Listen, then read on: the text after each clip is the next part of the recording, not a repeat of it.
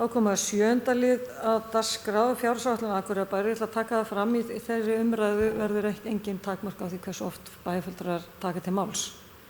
Og til máls tekur bæjarfulltrúi Guðmundur Baldvin Guðmundsson.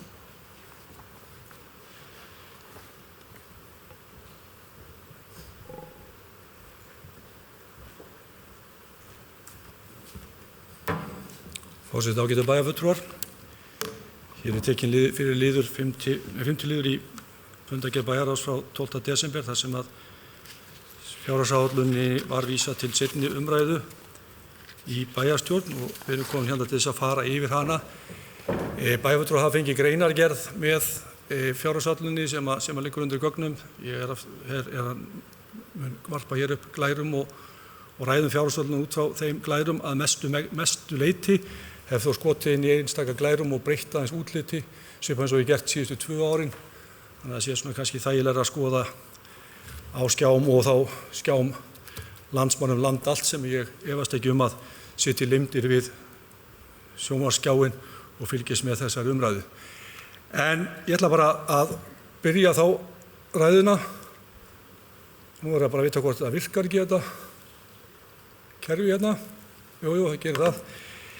En bara aðeins í upphafi að fjárhagsáætlun Akureyrar kausta fyrir árið 2020 og 3 ára áætlun fyrir árið 2021 til 2023 er sett fram í samræmi við 62. grein sveitarstjórnarlaga nr. 138/2011 fyrir A-hluta og samantekinn reikning fyrir A- og B-hluta.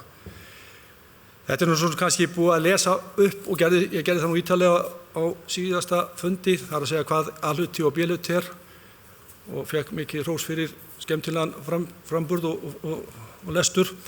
En þannig ég ætla ekki að kannski tíunda það mikið, en við vitum að í A-hlutan þá erum við að auka aðalsjóðs með eignasjóði Gatna, fasteignir Akureyrarbæjar og framkvæmdamiðstöð. En í B-hluta B-hlutafyrirtækjum þá erum við með þessi fyrirtæki sem henn sjá þarna skjánum og þar náttúrulega eru stærst Hafnarsamlagið og Norður Orka. Og svo náttúrulega öldrunarheimili sem við munum kannski aðeins ræða betur hér á eftir í ræðu minni.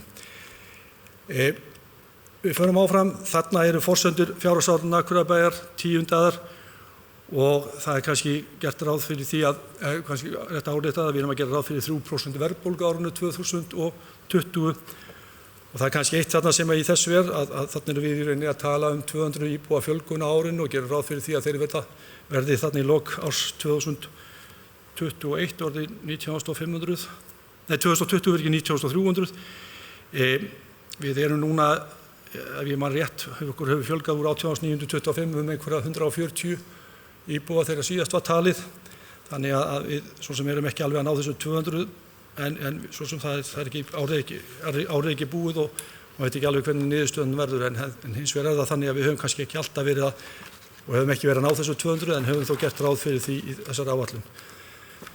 Ef við flettum mjög á næstu síðu þá sjáum við að útsvarstekjurnar, og við vorum að samþykkja útsvarsprósentuna hér áðan, sem er 14,52% og það hefur verið óbreytt frá árinu 2014 til 2019 og útsvarið að gefa okkur í reikningunum 11 milljarða, eða í fjárhagsáætluninni 11 milljarða í tekjur, en við munum ræða það aðeins betur eftir. Við erum hérna með framlag jöfnunarsjóðs og það náttúrulega stórt í framlag jöfnunarsjóðs, það eru framlög til málefna fatlaðra, en það aukast þarna í áætlun okkar 7,2% og eru 3.862 milljónir króna á árinu 2020 í áætlun. Aðeins á öðrum tekjum þá erum við almennt að gera ráð fyrir því að það sé 2,5% hækkun sértekna sem í samræmi við þá gjaldskrá sem við samþykktum hér áðan. Við förum í forsendur áfram og þar tökum við fasteignaskattinn og við tókum smá umræðu það hérna. Við erum í rauninni að gera ráð fyrir óbreyttum fasteignaskatti á milli ára og það svo sem ekki að tíunda það mikið. Við vorum með fasteignaskattsprósenturnar í 0,38 árinu 2017 og fórum niður í 0,33 fyrir árið 2019 og höfum lækkað þetta einhver 13% ríflega eins og framkom í máli okkar hér áðan. Við sjáum það hér að við erum að tala 4-9% hækkun, held ég myndi segja, á íbúðarhúsnæði á árinu 2020, svona með það sem þær upplýsingar sem við fengum í sviðsstjóra fjársýslusviðs áðan. En ég bendi enn og aftur á það að við erum í svolitlum vanda, þar að segja ef við erum að bera okkur saman við þessi sambærilegu sveitarfélög sem við oft erum að gera og erum að kalla eftir því að veita sömu þjónustu og þau hafa þennan tekjustofn sem byggingarleyfisgjald eða innviðagjald eða sölu lóða, eitthvað sem við höfum því miður ekki gert og maður velti líka fyrir sér sem við þurfum líka að velta fyrir okkur þegar við förum að skoða framhaldið. Það náttúrulega við erum með gatnagerðargjöldin og gatnagerðargjöldin ekki að standa undir þeim kostnaði sem af gatnagerð hlýst og það eitthvað sem við þurfum eitthvað að velta upp. Aðeins hérna næstu glæru sem að fjallar forsendur áfram og þar verið að tala laun og launatengd gjöld og þá vek ég sérstaklega athygli á því að nú erum við að setja þarna inn að við gerum ráð fyrir 780 milljóna króna launapotti vegna lífskjarasamninga en við vorum nú alltaf að vonast til þess og þegar við byrjum áætlunargerð í apríl eða vordögum þá reiknum við nú með að þessi samningar eru löngu frá en því miður virðist að vera að þeir séu komnir í jólafrí núna með þessa samningalotu þannig að það gerist þá ekki fyrir næsta ári en við erum þó að setja inn í áætlun okkar 780 milljóna króna í launapott. Það eitthvað sem við höfum ekki gert áður, við höfum sjaldnast, við settum að vísu 130 milljónir fyrir árið 2019 til að mæta þeim kjarasamningum sem eða starfsmat og fleira sem við svona áætluðum að yrði. Þannig að þetta svona fram að því hefur ekki verið gert ráð fyrir því að áætla kjarasamningar sem ekki eru komnir en hins vegar náttúrulega ljóst að menn eru með svona helstu tölur í þessu kjarasamningu þannig að við teljum rétt að setja þarna inn launapott. Ef við förum hérna aðeins áfram í þetta og þarna verið að tala bara svona helstu liði en þá það helsta sem kannski verið að ræða hér að það rekstrarkostnaður 2021 til 2023. Við ræddum það hér í fyrri umræðunni að það kom fram í bókun minnihlutans að mikilvægt væri að gera þetta með öðrum hætti. Ég ræddi þetta við starfsmenn og það meira að segja að breyta þessu með þessum hætti og niðurstaðan okkar ágæti bæjarstjóri talaði það að við myndum skoða þetta strax bara við áætlunargerð 2021, hvað við vildum gera í þessu og sammælast það í bæjarstjórn. Þetta ekki stóra málið, þetta mjög mismunandi gert milli sveitarfélaga og það eitthvað sem við þurfum bara aðeins að velta fyrir hvernig við viljum gera. Hvort að við viljum gera þetta á föstu verðlagi eins og við höfum gert í gegnum árin eða hvort að við viljum taka inn einhverjar spá og áætlanir. Þetta sjálfur sér gefur það, það kannski maður velti fyrir sig hversu góða mynd það gefur en hins vegar held ég að sé af því ég talaði líka það og við erum búin að setja módel og við byrjum nú eftir að starfsmenn hafi tækifæri til þess að fara að vinna í því að það að segja þetta 10 ára plan sem við erum að kalla eftir og það kannski breytir það skoðun okkur hvernig hægt að gera þetta 3 ára. En þetta birt með óbreyttum hætti eins og gert var í fyrri umræðu. Ef við förum þá bara aðeins í samantekið A og B-hluta þá sjáum við að rekstrartekjur A og B-hluta eru 27 milljarðar 949 milljónir, 950 milljónir tæpar og við sjáum þannig að gjöldin eru 26,2 milljarðar þannig að niðurstaða án fjármagnsliðar er 1743 milljónir. Síðan koma fjármagnsliðirnir sem eru 1585 milljónir og við sjáum síðan að rekstrarniðurstaðan eru 106 milljónir í plús hjá A-hlutanum, A og B-hluta við. Ef við förum síðan yfir næstu glæru þá sjáum við þarna að þetta sjóðstreymið og það það sem við höfum gjarnan horft á þegar við erum að velta fyrir okkur hvernig hlutinir eru.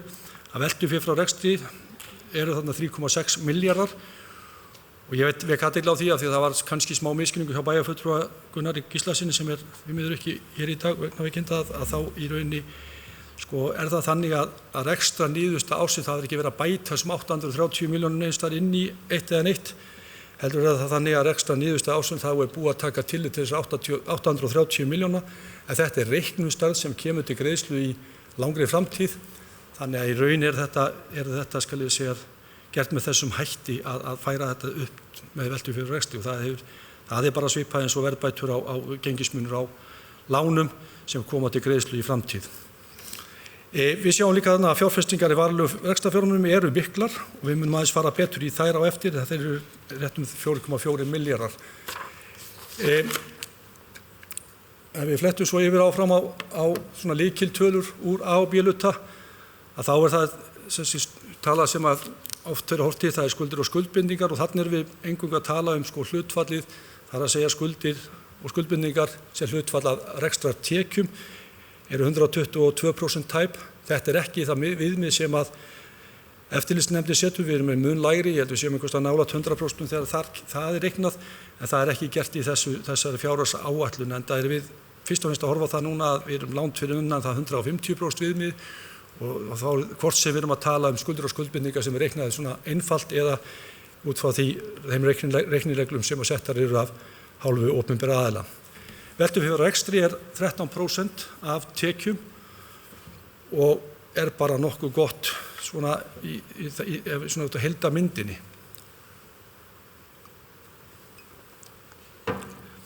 En vissulega þarf veltufjár og rekstri að vera sterkt þegar við erum í miklu framkvæmdum vegna þess að veltufjár og rekstri náttúrulega ætlað til að standa undir, það að segja rekstri, framkvæmdu fyrirgefi og afborgun langtíma lána. Þannig að ef við komum aðeins að því betur síðan hvernig þetta hefur verið að þróast á síðustu árum. Ef við förum þá bara í A-hlutann og veltum fyrir okkur rekstrinum þar og það eitthvað það sem kom hér fram í máli mínu áðan að við erum þarna að takast á við neikvæða stöðu á A-hlutanum og ef við horfum á tekjurna þá erum við með 20,8 milljarða í tekjur, við erum með 20,2 milljarða í rekstrargjöld og niðurstaða án fjármagnsliða 552 milljónir króna en síðan erum við með vaxtapakka upp á 967 milljónir í mínus, þannig að niðurstaðan 414 milljónir í mínus í áætlun. Þarna skal getið að við erum búin að taka núna sem að við erum búin að taka stærri skref í áætlunargerð. Við erum að telja að við séum þá að verkbirta áætlun sem nær lægi. Við erum að taka 780 milljónir í launapott og við erum að taka 830 milljónir í lífeyrisskuldbindingar. Þannig að við erum svona kannski að gera ráð fyrir því að svona búin að taka stóra liði inn. Við höfum fram til þessa verið að taka 400 milljónir í lífeyrisskuldbindinga í áætlun vegna þess að við höfum ekki alveg verið, menn hafa ekki verið alveg meðvitaðir um hversu miklar yrðu, en nú okkur sagt að við séum að sjá fram á viðvarandi lífeyrisskuldbindingar 700 milljónir upp í milljarð á ári og þannig að við séum með þessari áætlun þá erum við að mínum að mæta því. Vonandi verður það minna en maður veit svo sem aldrei, það fer eftir hvernig hlutinni þróast bæði í rekstri lífeyrissjóðsins og aldurssamsetningu þjóðarinnar. En eins og staðan núna þá verðist við alltaf verða eldri og eldri og það þýðir alltaf hærri og hærri skuldbindingar og það þýðir hærri og hærri gjaldfærslu hjá okkur í sveitasjóðnum. Þetta helst allt í hendur og þarna skal ég segja til þess að valda okkur svona hugarangri vegna þess að fram til þess að höfum við ekkert haft svo sérstaklega miklar áhyggjur af því að A-hlutin hafi verið í mínus vegna þess að við tjálega okkur í nokkuð heilbrigðum rekstri og þanniglega séð. Við höfum verið, skal ég segja, að því við höfum verið að taka A og B-hlutan saman. Þannig að þar leiðandi hefur við verið bara í nokkuð góðu lagi með þetta, en núna ber svo við að við sjáum fram á það að menn muni breyta þessari reglu í mjög náinni framtíð ég til að menn þurfa að vera með A-hlutan sjálfbæran. Og þá kem ég ekkert inn á það eftir hvaða sem að til að mynda gerir það verkum að við erum með svona kannski verri niðurstöður en margur en annar. Ef við förum þá bara í næstu glæru og skoðum veltufjár frá rekstri, þá erum við þar líka með ágætistölu í veltufjár frá rekstri 824 milljónir, en við erum að fjárfesta samkvæmt áætlun fyrir 2,1 milljarð sem að þýðir að við verðum að taka lán á árinu 2020 og áætlun gerir ráð fyrir því að við séum að taka 340 milljónir láni en borgum að niður 709 milljónir á móti, þannig að 708 milljónir á móti fyrirgefið, þannig að við svona aukum þarna skuldir einhverja 640 milljónir á milli ára ef að þetta gengur eftir. Líka þá að skuldir og skuldbindingar, að þarna erum við með aðra stöðu hjá A-hlutanum, við erum lægri, skuldir og skuldbindingar eru lægri, það náttúrulega stórar og miklar skuldir í Norðurorku sem að gera það verkum og þeir eru náttúrulega í miklum framkvæmdu þessa dagana, þessi árin, en skuldir og skuldbindingar eru þarna 109,9% og síðan ef við horfum á veltufjár rekstri þá það gert ráð fyrir 8,8% og eins og ég margoft talaði hér í ræðustól þá mikilvægt að þessi tala sé ekki lægri heldur 7,5% þegar við erum að skoða afkomu. En aðeins hér að fjárhagsáætlun, aðeins hérna að efnahagsreikningnum, þarna er uppsettur efnahagsreikningunni, það að segja að við sjáum þarna fasta fjármunir hjá og við skulum bara horfa á A og B hluta, svo ég sé ekki að telja upp marga tölur, eru 53,2 milljarðar Veltufjármunir eru 5,7 milljarðar og samtals eru eignir 58,9 milljarðar. Við erum með eiginfjárreikninga upp á 25 milljarðar tæpa. Skuldbindingar sem að stærstu hluta eru lífeyrisskuldbindingar eru 5,8 milljarðar. Við erum síðan með langtímaskuldir upp á 24 milljarða og síðan eru skammtímaskuldir 4,3 milljarða þannig að eigið skuldir náttúrulega stemma við eignir, það er að segja 58,9 milljarðar króna. Aðeins af því við vorum að tala veltufé frá rekstri, að þá í rauninni er þetta bara glæra sem sýnir okkur og var tekin úr þessum greinargerð okkar og sjáum við hvernig þetta hefur verið að þróast hjá A- og B-hlutanum. Þannig erum við að sjá að dökku súlurnar eru í rauninni fjárfestingarnar og hvernig þær eru að þróast. Nei, fyrir ekki dökku súlurnar eru veltufé frá rekstri og hlutfallið veltufé frá rekstri af tekjum. Þetta er svona kannski aðeins að miskilja þessa mynd fyrir ekki við, en þetta er í rauninni sýnir okkur hvernig í rauninni veltufé frá rekstri er. Við erum með það svona ríflega tæplega 12% af tekjum. Við sjáum það detta niður núna árum 2019 miðað við áætlun, hins vegar það er bara miðað það áætlun sem er gerð eftir, við erum ekki með beint með útgöngu spá, við erum með tölurnar eins og það er eftir viðauka 10, þannig að kannski ég er á reikningum með að tekjurnar eitthvað aðeins séu vantaldar. En hins vegar erum við þarna á þessum árum alltaf með þá 13% af tekjum. Og við sjáum þarna aðeins á myndinni fyrir neðan, þá er það sem ég var að tala að þá erum annars vegar með veltufé frá rekstri sem prósent af tekjum og hins vegar fjárfestingar af tekjum. Og við sjáum þarna að fjárfestingarnar eru nokkuð fyrir ofan veltufé frá rekstri árum 2018, 19 og 20, síðan kemur aftur jafnvægi á þetta 2021 og síðan erum við komin aftur niður fyrir með fjárfestingarna umfram, þá eru veltufé frá rekstri komið umfram fjárfestingar, þannig að við þá kannski verða þetta breytast og þetta er náttúrulega skiptir þarna verulegu máli hvernig staðan er hjá Norðurorku. Þeir eru náttúrulega í miklum bæði hitaveituframkvæmdum og fráveituframkvæmdum þessi árin. En þá aðeins að málaflokkunum hjá okkur, að fræðslumálin náttúrulega langstæðst í málaflokkunum okkar og áætlunin gerir ráð fyrir að kostnaði í málaflokkunum séu 7.815 milljónir króna og við erum að tala að þetta séu 44% af skatttekjum. Oft er það nú rætt í sambandi við hlutfall af skatttekjum og þá gleymist oft gjarnan að við erum með stórt hlutfall af skatttekjum okkar vegna skal ég segja ykkur málaflokks fatlaðra og það er svona kannski skekkir aðeins myndina þegar við erum að bera okkur saman við önnur sveitarfélög að þetta hlutfall oft er lægra hjá okkur heldur en sveitarfélögum almennt svona. En hins vegar sjáum við þarna hvernig skiptingin er á milli grunnskólana, leikskólana, tónlistarskólans og annars í fræðslu og uppeldismálum. Þannig að við erum með tæpa 4,7 milljarðar sem fara til grunnskólana og 2,2 milljarðar tæpi sem fara til leikskólana. Aðeins bara hér almennt að útgjöld til málaflokksins það aukast 196 milljónir króna á milli ára eða 2,5% og er það eins og ég segi hlutfall af skatttekjum 44%, stöðugildum samkvæmt stöðugildablaði fækkar 6 og þannig erum við líka að tína til þessar helstu áherslu sem eru bara í samræmi við starfsáætlunir ráðsins, að það er náttúrulega við erum að innleiða nýja og metnaðarfulla skólastefnu og vonandi klárum við hana á árinu 2020. Við erum líka ætlum að vinna á tillögum starfshópsins um brú yfir bilið. Við erum í einn liður af því úttekt á starfsaðstöðum og búnaðarmálum skólans. Við erum líka að fara í niðurgreiðslu á 8. tímann til dagforeldra sem að við erum að svona jafna þá stöðu fólk sem er börn hjá dagforeldrum tímabundið, gert ráð fyrir því og síðan ætlum við alltaf eins og menn vita hefja byggingu leikskóla við Glerárskóla. Og þarna kemur líka fram punktur að gjaldskrá leikskóla og dagvistunar hækka 2,5% á milli árana.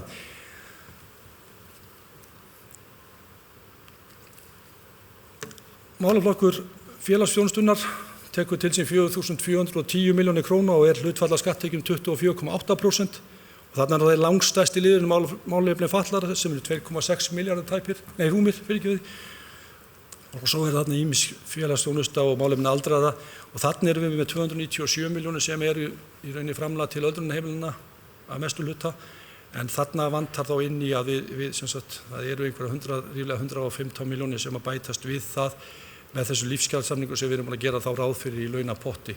Þannig að þetta er svona miðað við þetta eins og þetta er í þessari greinargerð sem að birtist en inn í sameiginlegum kostnaði þá erum við búin að gera ráð fyrir þessari launahækkun. Þannig að sameiginlegur kostnaður er kannski aðeins hærri heldur en hefur verið. Ef við förum aðeins og skoðum bara hvernig þetta þá eru útgjöldin til málaflokksins að aukast 265 milljónir króna, eða 6,3%, og þetta er 24,58% eins og ég sagði af skatttekjum, og þannig eru áætluð stöðugildi að fjölga 2, og ekki ákveður nákvæmlega það en við þurfum að greina þetta og það er eitt sem við munum gera þegar við tökum vinnuna við það að skoða hvernig við sjáum framtíðina fyrir okkur og ætlum að hefja strax eftir áramót. Við erum að taka þarna helstu ámála og áherslur og við erum náttúrulega að fara að taka þá þjónustu kjarna við Klettaborg í notkun. Það náttúrulega fólk að færast á milli þjónustúrræði hjá okkur. Við erum líka að horfa til þess að fjölga félagslegum íbúðum og þá erum við einkum að horfa til þess að mæta þörfum fólks með sértækan vanda. Við erum að fara í samstarf og erum búin að gefa yfirlýsingu það. Við ætlum í samstarf með áfangaheimili fyrir fólk með fíknivanda og við erum líka að tala aukið þjónustuúrræði í barnavernd sem er mjög aðkallandi. Það er líka gert ráð fyrir fjölgun NPA-samningum og svo er eins og alltaf í velferðarþjónustu þá eru margvísleg þróunarverkefni í gangi og það er líka liður í því að reyna að koma og finna út hvernig hægt er að þjónusta kúnnana, eða segjum ekki kúnnana heldur, okkar þjónustu þega með ódýrari hætti í framtíð með meiri tæknivæðingu. Æskulýðs- og íþróttamálin, þau eru náttúrulega þriðji stærsti málaflokkurinn okkar og þar erum við að tala ríflega 2,3 milljarða sem fara til æskulýðs- og íþróttamála og þar náttúrulega eru rekstur íþróttamannvirkja náttúrulega langstærstur, eða ríflega milljarður. Styrkir og framlög eru 680 milljónir tæpar og annar félags- og æskulýðsmál og annar kostnaður er minni. Ef við förum bara aðeins og horfum á svona almennt og helstu mála áherslur, að við sjáum að útgjöld til málaflokksins er að aukast 85 milljónir króna á milli ára, eða 3,8%. Hlutfall af skatttekjum er 13% af skatttekjum og er náttúrulega töluvert hátt með svona önnur sveitarfélög, þannig að við erum að gera mikið í málaflokknum og myndir náttúrulega vera hærra ef við varum með ef við horfum fram hjá skatttekjum eða tekjum jöfnunarsjóðs frá vegna málefna fatlaðra. Síðan erum við að hækka frístundastyrkinn og höfum markvisst hækkað hann á umliðnum árunum og er að fara í 40.000 krónur. Við stefnum að því að fara með hann í 50.000 krónur á þessu kjörtímabili og þetta er bara í takt við það. Það er gert ráð fyrir framkvæmdaáætlun að hefja uppbyggingu á félagssvæði Nökkva og svo erum við samhliða því að við erum að gera lagfæringar eða breytingar á rekstri í æskulýðs- og íþróttamálum með því að draga úr yfirvinnu og fleira. Þá ætlum við að fara á sama tíma í úttekt á forvarnastarfi. Við höfum verið að leggja mikið í forvarnir og kemur hérna fram í máli manna væntanlega eftir. Við höfum verið að gera vel í þessu málaflokki og ætlum okkur að halda því áfram en erum á samanskapi að sjá fram á að við viljum gera svolítið úttekt á því. Hvernig við getum nýtt peningana betur og hvort að við séum að hvernig við erum að vinna þessa þjónustu. Áfram höldum við að við erum konið í menningamálin. Menningamálin er áætluð upp á 909 milljónir króna og það er 5,1% af skatttekjum og við sjáum þarna í rauninni hvernig þetta skiptist og menningarhúsi tekur þarna mest. Þá erum við að tala MAK í þessu sambandi og það sem hér er og við náttúrulega erum þarna búin að netta það frá framlagi ríkisins sem er ríflega 200 milljónir króna sem kemur í samningsgreiðslu. Förum aðeins hérna og þarna segjum við að útgjöld til málaflokksins er að lækka einhver síður á milli ára. Það er nú bara að við erum góða myndi ég segja. Við höfum verið náttúrulega bæta og við sjáum bara hérna á glærun hér á undan og sjáum við að þetta hefur verið að vaksa nokkuð hratt. Það er mismunandi þarna, þetta er svolítið að sveifla á milli ára eins að við höfum nú verið að færa og flykta í greiðslum til menningarfélagsins akkurat á þessum árum. En það má segja í sjálfu sér að 2016 og 2020 séu nokkuð sambærilegar, þannig að við höfum verið að auka á þessum árum með einhverja 100 milljónir ef ég man þetta rétt. En aftur hérna á þessari glæru þá erum við að sjá þarna að stöðugildum í málaflokkum fækkar 10 milli ára. Það er stærstu hlutin af því að það er verið að breyta kerfinu, að minjasafnið er að fara að reikna launin sín sjálft og fram til þess að hefur við verið að reikna launin og talið stöðugildi þar með. En nú fara þau yfir til minjasafnsins en hins vegar erum við að halda áfram að styrkja og þetta breytist ekki fjárhæðin sem að rennu til minjasafnsins. Og helstu áætlun á 2020 við ætlum að ljúka safnastefnu og gera aðgerðaáætlun í því sambandi. Við erum að endurskoða menningarstefnu og síðan er náttúrulega alltaf eilífðarmál, það er endurnýjun menningarsamningsins við ríkið. Þetta er náttúrulega alltaf yfirleitt þannig að samningar eru gerðir til stutts tíma þannig að menn eru í rauninni alltaf í rauninni að berjast við sömu hlutina. Ég held að væri nú kannski nær að menn færu bara að reyna að feysa það hvað ríkið á að koma með að fjármunum til okkar. Ég veist í rauninni ef við berum okkur sama við aðra menningarstofnanir víða landið, dansflokkin, stærlega höfuðborgarsvæðinu, alls konar stofnanir, þá sjáum við glöggt að við erum langt undir í þessum málum og við berum skarðan hlut frá borði. Við fórum á sínum tíma í uppbyggingu á þessu menningarhúsi sem að ríkið ætlaði nú að taka með öðrum hætti. Við sjálfsagt í rauninni þetta lendi í fanginu okkur og við höfum byggt það upp og við getum verið afskaplega stolt af þessu húsi okkar. En hins vegar hefur við alltaf verið að leita eftir meira réttlæti af hálfu ríkisins til rekstrar bæði menningarfélagsins og hússins hér.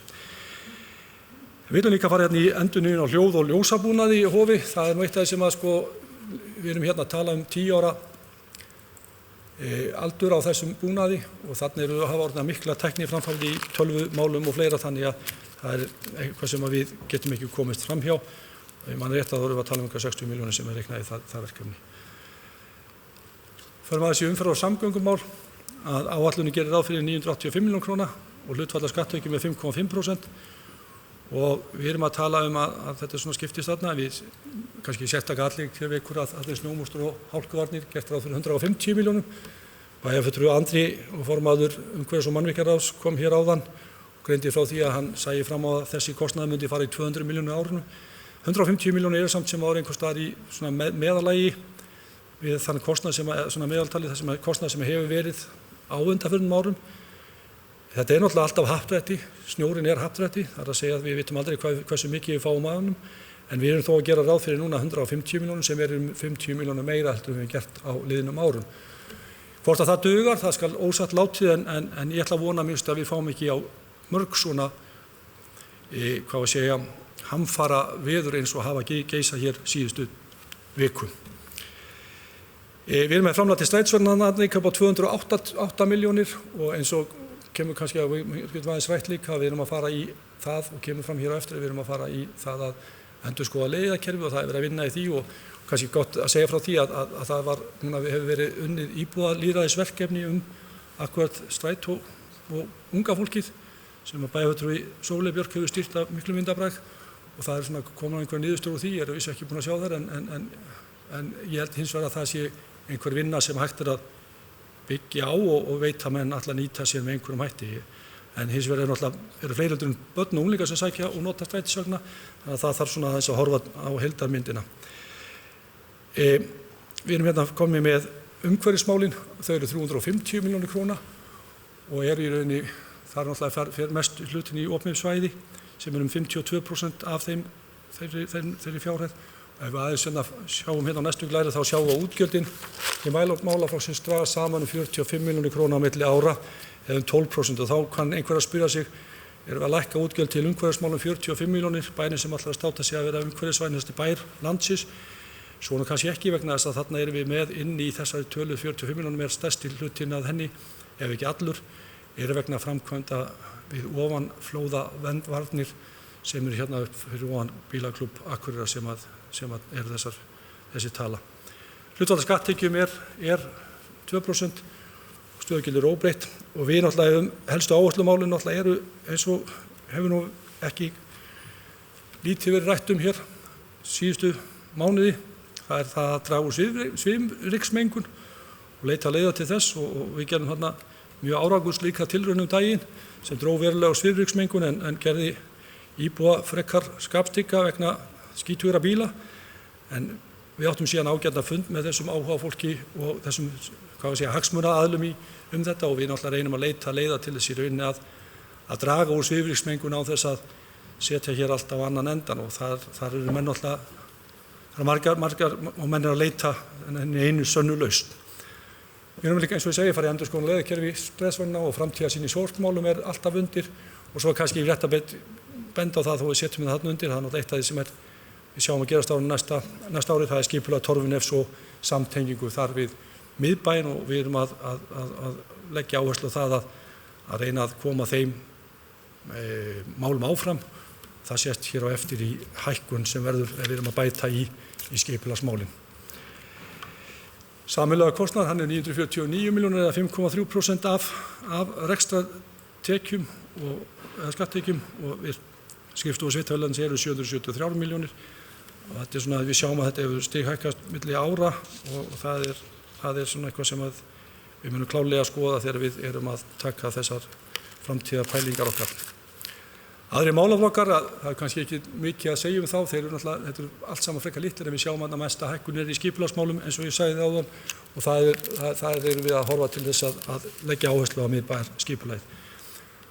Hér er svona bara glæra sem sýnir okkur hvernig aðalsjóðurinn er og hvernig í rauninni rekstrarniðurstaða hvers og eins liðar er og þarna eins og ég segi og hef sagt að þarna er lífeyrisskuldbindingar 830 milljónir króna áætlaðar sem er alltaf stór hluti af þessum 117 milljónir sem við erum að tala í neikvæðri rekstrarniðurstöðu aðalsjóðs. Ef við sjáum síðan bara hvernig önnur A-hlutafyrirtæki eru, þar að segja eignasjóðurinn, fasteignir og framkvæmdamiðstöðin, þá sjáum við að rekstrarniðurstaða þeirra er jákvæð 703 milljónir. Þannig að eins og ég kom inn á áðan þá erum við 440 milljónir rúmar í rekstri A-hlutans. Síðan förum við yfir í B-hlutafyrirtækin og það er náttúrulega vegur mikið og við hefum náttúrulega njótum góðs að við erum með mjög öflug fyrirtæki sem er Norðurorka sem hefur í gegnum árin verið með mikinn og góðan hagnað og síðan hefur náttúrulega hafnasamlagi líka verið að skila verulegu sérstaklega á síðari árum með aukinni skemmtiferðaskipa, komu skemmtiferðaskipa.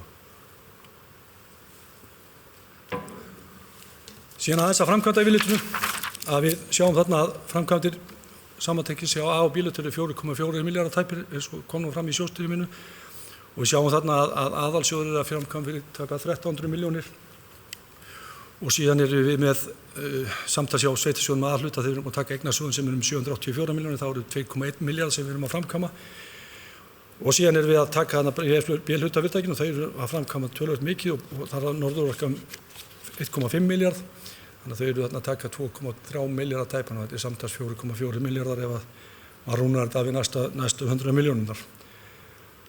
En kannski það sem við erum kannski helst að horfa á það náttúrulega er bæjarfulltrúar, það er framkvæmdir aðalsjóðs og þannig erum við í rauninni áætlað 1293 milljónir ef ég mat, já, hann rétt og stærsti liðurinn þar er til fræðslu og uppbyldsmálum 873 milljónir þar sem við erum að fara að ráðast í framkvæmdi við Glerárskóla og síðan grunnskóla, bæði grunn- og leikskóla. Við fórum í mjög velheppnaða aðgerð á síðasta ári, þessu ári fyrirgefið í að byggja upp og endurbyggja upp álmu í Glerárskóla. Þær eru 4 og við ætlum að halda því áfram og það er nú það sem við höfum að stefna í framkvæmda yfirleitt til næstu ára að taka það, auk þess að liggur fyrir að við þurfum líka að ráðast í að endurbætur á Lundarskóla. Þessi 2 skólar eru orðnir aðkallandi í þörf fyrir úrbætur. En þarna eins og kom fram áðan þá erum við að gera ráð fyrir því að setja þarna 75 milljónir króna í þjónustuhús fyrir Nökkva, svo dæmi séu nefnd. En það er margt annað sem við getum rætt sem er kannski svona bara önnur mál. Eins og kom fram hérna í máli mínu áðan þegar við vorum að ræða reglur afslátt á fasteignaskatti, þá erum við að hækka þær fjárhæðir 10% í þeim reglum sem að mun leiða til þess í rauninni að afsláttur verður meiri. Afslátturinn 2019 var 4,7% af heildar álögðum fasteignaskatti á íbúðarhúsnæði, þannig að þetta eru verulega upphæðir og voru hverja 43 milljónir ef ég man rétt á árinu 2019. Ég reikna með að það er erfitt að segja, það er ekki hægt að af því að þetta byggir í rauninni á skatttekjum 2018 eða skattframtölum 2018 og það er eitthvað sem er samkert hér að við erum búin að leggja á fasteignagjöldin að þá getum við ekkert sagt til á þessa stundu hvað nákvæmlega þessi tala verður en það er ljóst að hún mun hækka frá því sem verið er og það er bara vel vegna þess að þetta er þá nýtast hjá þeim sem að þurfa. Við hefum verið að ræða íbúappið og við erum komið núna undir stjórn bæjarstjórans Ásthildar Sturludóttur, þá er unni núna útfélag í því að í samstarfi við önnur sveitarfélög að koma þessu íbúaappi á og það er eitthvað sem að önnur sveitarfélög við byrjuðum með í þessu verkefni og önnur sveitarfélög er að sjá sér hag í þessu og við erum líka þá að vinna þetta með sambandinu sem hefur nýlega ráðið sérfræðing til þess að hjálpa sveitarfélögum í rafrænni stjórnsýslu. Og það er eitthvað það sem við höfum verið að bæta. Við höfum verið að bæta rafræna stjórnsýslu. Nú síðast vorum við að taka inn hvað heita, eitthvað hjá landbrú, já, hjá skipulagssviði, þannig að við höfum verið að bæta þetta og ekki síst höfum við bætt upplýsingaflæði til íbúa. Ég held að allir íbúar Akureyrarbæjar hafa tekið eftir því núna síðustu daga, sérstaklega þegar að hér geisuðu alls konar veður, að þá höfum við verið að koma upplýsingu til íbúa bæði með gegnum þá bæjarstjóra og þá í heimasíðuna okkur og Facebook síðu og við erum líka núna höfum verið alltaf mikið í því að reyna að svona gera þetta á öllum sviðum og ég held að menn taki eftir þessu, ég vil meina það. Eitt af því sem ég hefur rætt náttúrulega eru lífeyrisskuldbindingar og eins og við erum að gera ráð fyrir 830 milljónir. Þetta er eitthvað verkefni sem við þurfum að takast á við og bara til að mynda á síðustu 4 árum þá höfum við gjaldfært 4,1 milljarð króna í rekstri Akureyrarbæjar vegna lífeyrisskuldbindinga. Þetta er ekki litlar fjárhæðir til þess að fyrir sveitarfélagið að takast á við. Og það hefur náttúrulega leitt til þess að við erum náttúrulega í þeirri stöðu sem við erum í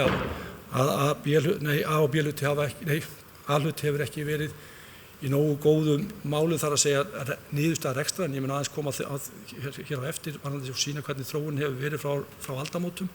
En þetta hefur reynst okkur erfitt. Við erum líka að sjá fram á lífskjarasamningar verða okkur erfir og það verða okkur dýrir. Það er alveg ljóst og það er alveg líkur alveg fyrir að sveitarfélög sem eru með starfsmenn sem eru í vaktavinnu, þegar menn eru farin að tala styttingu vinnuvikurnar og fleira, að það mun alveg eftir því sem að stjórnsýslusviðs hefur sagt mér að það mun alveg býta þau sveitarfélög mest sem að eru með slíka samsetningu á vinnuafli og við náttúrulega erum með stóran hóp fólk sem að vinnur í vaktavinnu í málaflokki fatlaðra og svo erum við náttúrulega með yfir 200 mann sem að vinna upp á öldrunarheimilum í vaktavinnu eða í öldrunarheimilum og stærsti hlutin af þeim í vaktavinnu, þannig að þetta í rauninni mun koma svolítið við okkur og það er eitthvað sem við þurfum í rauninni að svona horfa í og það er akkurat það sem þessi vinna sem við munum fara í. Við hefum talað það að það yrði bara allir bæjarfulltrúar með í þeirri vinnu en við munum vænti þess að sviðsstjóri fjársýslusviðs og bæjarstjóri muni stýra þeirri vinnu. Við erum líka með launapott eins og ég er búin að koma margoft inn á, við erum að gera ráð fyrir launapotti upp á 780 milljónir í þessari fjárhagsáætlun, þannig að svona við erum að horfast betur í augu við hvernig þetta kemur til að verða. Við ákváðum það eftir fyrri umræðunni að skoða þetta betur vegna þess að við vorum að gera ráð fyrir ef ég man 420 milljónir í þennan lið og það bara er ljóst að það dugar engan veginn og spurning hvort að 780 milljónir duga, en það getur nú orðið meira en hins vegar þá er þetta er þá verkefni sem við þurfum að takast á við en við erum þá minnst búin að gera ráð fyrir 780 milljónum króna til þess að mæta þá minnstakosti í stærstu hluta af þessar hækkun sem kemur til að verða.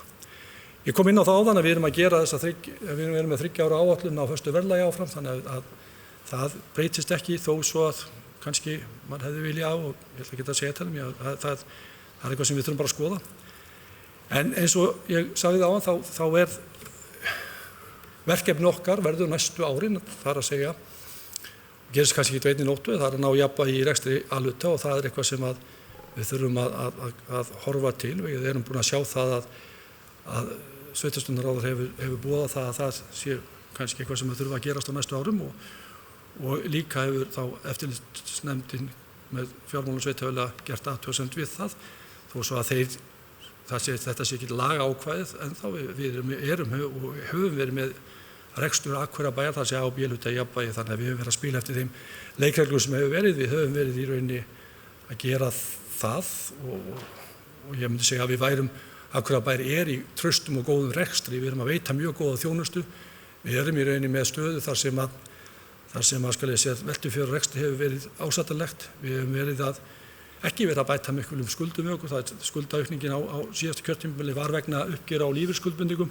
við brú sem við svo sem gátum ekki og svo var smá lántaka árið 2015 ef ég man rétt, en hins vegar höfum við ekki bætt í langtímaskuldir en munum þurfa að gera það fljótlega.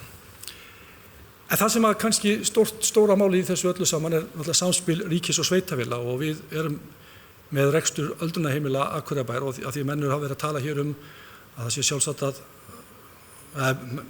við skulum ekki fara aftur til það með tekjurnar og fasteignagjöldin, en samspil ríkis og sveitarfélaga og rekstur öldrunarheimila til að mynda er eitthvað sem að við Akureyringar erum með á okkar herðum. Við erum að gera, eins og ég sagði þetta áðan, þetta er 278 milljónir sem við erum að gera ráð fyrir í framlagi á árinu 2020, en eigum þá eftir að taka tillit til þeirra launahækkana sem verða og það má gera ráð fyrir 120 milljónir kannski til viðbótar. Svona þumaputtregla, en hins vegar þannig að daggjöldin í rauninni bregðast seint við og daggjöldin líka gera ráð fyrir ekki nema bara að ríkið borgi með daggjöldum held ég ef ég man rétt 70% af laununum, þannig að þetta er vandamál sem við erum með viðvarandi og þetta er eitthvað svona sem að gera það rekstur okkar svolítið öðruvísi heldur en margar annars sveitarfélaga. Þannig erum við með rekstur sem að ríkið að okkar mati á að vera með. Við gerðum samning við ríkið rekstur öldrunarheimila til ársloka 2020 og við munum þurfa að skoða það og ræða við ráðherra framhald öldrunarþjónustu á Akureyri. Við erum líka með málaflokk fatlaðra sem stór og mikill hjá okkur og það bara þannig að með slíkum málaflokki þá fylgja ýmsar kvaðir. Því miður það þannig að ekki því miður, það sem ekki segja sér miður, en það alltaf verið að bæta þjónustuna og ríkið setur ýmsar kvaðir á rekstur ýmsum málaflokkar sem snúa að slíkum eins og málaflokki fatlaðra og við þurfum að bregðast við og það kostar okkur peninga og þetta ekki alltaf koma úr ríkissjóðnum eða úr jöfnunarsjóði. Þannig að þarna líka hluti sem við þurfum að skoða og höfum rætt það að fara svona í naflaskoðun og láta gera úttekt á málaflokki fatlaðra sem liði því að vinna okkur í það í haginn. Þannig að ég held að þetta sé svona það sem við þurfum aðeins að horfa. En ég ætla að aðeins að bregða hér bara upp einni glæru svona í lokin sem rekstra niðurstaða því að við höfum svona kannski af því að það verið að tala rekstur A og B-hluta og A-hlutin hefur í mínus hjá okkur og þessi glæra sýnir okkur í rauninni það að síðustu árum hefur við verið með, það má segja frá árið 2011 þá hefur A-hlutinni verið í mínus, það þessi bláa súla. Undanskilið árið 2013 sem var nú svona svolítið óviljandi ár en við höfum verið með þessa bláu súlu fyrir neðan strik og það eitthvað sem við erum að vinna með núna. Hins vegar það þannig að við sjáum alveg að lífeyrisskuldbindingar hafa skipt sköpum og frá árinu 2015 höfum við verið að bæta reksturinn ef við horfum á þetta þannig vegna þess að í rauninni þegar tekið tillit til lífeyrisskuldbindingarna þá sjáum við það að við erum þarna, þetta rekstrarhagnaðurinn töluvert miklu meiri þegar við erum að horfa til lífeyrisskuldbindingarna ef við myndum taka þær út úr, við getum svo mikið tekið þær út en ég er bara að reyna svona að bera saman epli og epli til þess að átta sig á því hvernig stöðu við og við sjáum þarna lífeyrisskuldbindingarna eru stór þáttur í reksturinn þarna á árinu 2016, 17 og 18. Það voru líka það á árinu 2002 til 2005 eins og að gera þá 2006 að þá í rauninni seldu menn Landsvirkjun og greiddu niður skuld við lífeyrissjóðsstarfsmenn Akureyrarbæjar, þá breytti stöðunni nokkra tíð en síðan hefur þetta núna á síðar árum farið að býta okkur aftur með lægra vaxtarumhverfi og meiri lífslíkum. Þannig að þetta ber alltaf sama brunni að þessar tölur eru og mun á næstu árum verða fyrir okkur íþyngjandi, það er að sé lífeyrisskuldbindingar. Og svo það bara síðasta glæran þarna bara varpað upp starfsmannafjöldan með heildarfjöldi stöðugilda hjá Akureyrarbæ og minnihlutinn bókaði það ef ég man rétt að þetta hefði orðið breyting þarna á. Auðvitað er það þannig að við sjáum það bara í fljótheitum að helstu breytingarnar eru á félagsþjónustunni og stærstu breytingarnar eru í fræðslumálunum.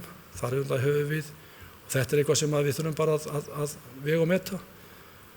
En þegar við horfum aftur í baksýnisspegilinn en þetta er eitthvað sem er alltaf okkar verkefni. Það er verkefni okkar í rauninni, hvort sem við erum í meiri eða minnihluta, að reyna að horfa til þess hvernig hægt er að gera hlutina sem besta.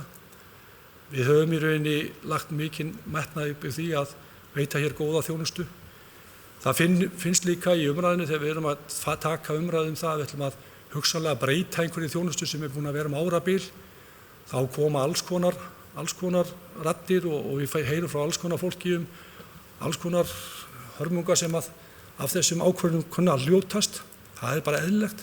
En við þurfum náttúrulega að velta fyrir okkur í þessu sambandi hvað okkur ber að gera og hvað ríki á að gera. Ég tók til dæmis eftir því í morgun að Reykjavíkurborg er að skoða að skila öryggisvistun sem þeir eru með á sínum snærum, þar sem þeir eru með 2 einstaklinga. Þeir telja sig bara ekki vera að fá rétt greitt fyrir það. Við erum með 3 einstaklinga hér á Akureyri og höfum verið og svipaðis á Reykjavíkurborg, við fáum aldrei nema 1 árs samning og það alltaf verið að finna svona, manni finnst alltaf Reykjavíkurborg verið að reyna að finna matarholur ríkið verið að reyna að finna matarholur í þessu, þar að segja við berum einhvern kostnað af þessu. Þetta eitthvað sem að sviðsstjóri fjársýslusviðs og bæjarstjóri ætla að fara að leggjast verulega yfir núna áramótin þegar uppgjör kemur frá jöfnunarsjóði vegna þessara einstaklinga, þá það bara að skoða ofan í kjölinn hvaða kostnað við erum að hafa og svo hvort við erum hreinlega að fá allt greitt annars vegar frá ríkinu og hins vegar í gegnum jöfnunarsjóð. Ég er búin að vaða úr einu í annað, ég ætla bara að nota tækifæri hér í lokin að þakka nefndarfólki sem hefur starfað í þessu öllu saman með okkur. Þó svo að það sé, eins og ég kom fram í máli minni í fyrrumræðu, þá erum við að tala að meiri og minnihluti ekkert alltaf sammála, en það samt sem áður tiltölulega gott samstarf, eða ekki tiltölulega, ég myndi segja bara að það nokkuð gott samstarf í öllum nefndum. Það eins í bæjarráð og bæjarstjórn, og við tökumst á hér í pontu, þá erum við í góðu samstarfi í mörgum hlutum. Þannig ég veist ástæða til að þakka þeir fólki sem hefur komið að þessari fjárhagsáætlun, jafnvel þó það hef ekki samþykkt hana. En ég vil líka þá nota tækifæri hér að þakka þeim Dan, Kristínu, starfsfólki fjársýslusviðs og ekki síst Ásthildi, auk þá þeirra sviðsstjóra sem hjá bænum starfa fyrir þeirra vinnu við gerð þessara fjárhagsáætlunar. En hún er fram til umræðu. Takk. Það var bæjarfulltrúi Guðmundur Baldvin Guðmundsson lokið máli sínu.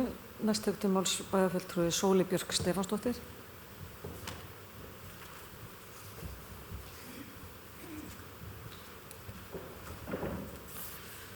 Maður bara pínu styrður að ég að sitja svona lengi undir þessu. Forseti ágætu bæjarfulltrúar.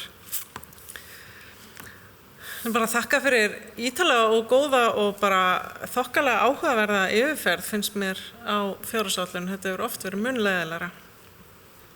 Ég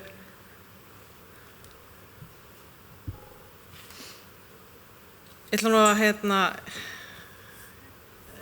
að segja að ég er ekki allsendis ósátt við þessa fjárhagsáætlun.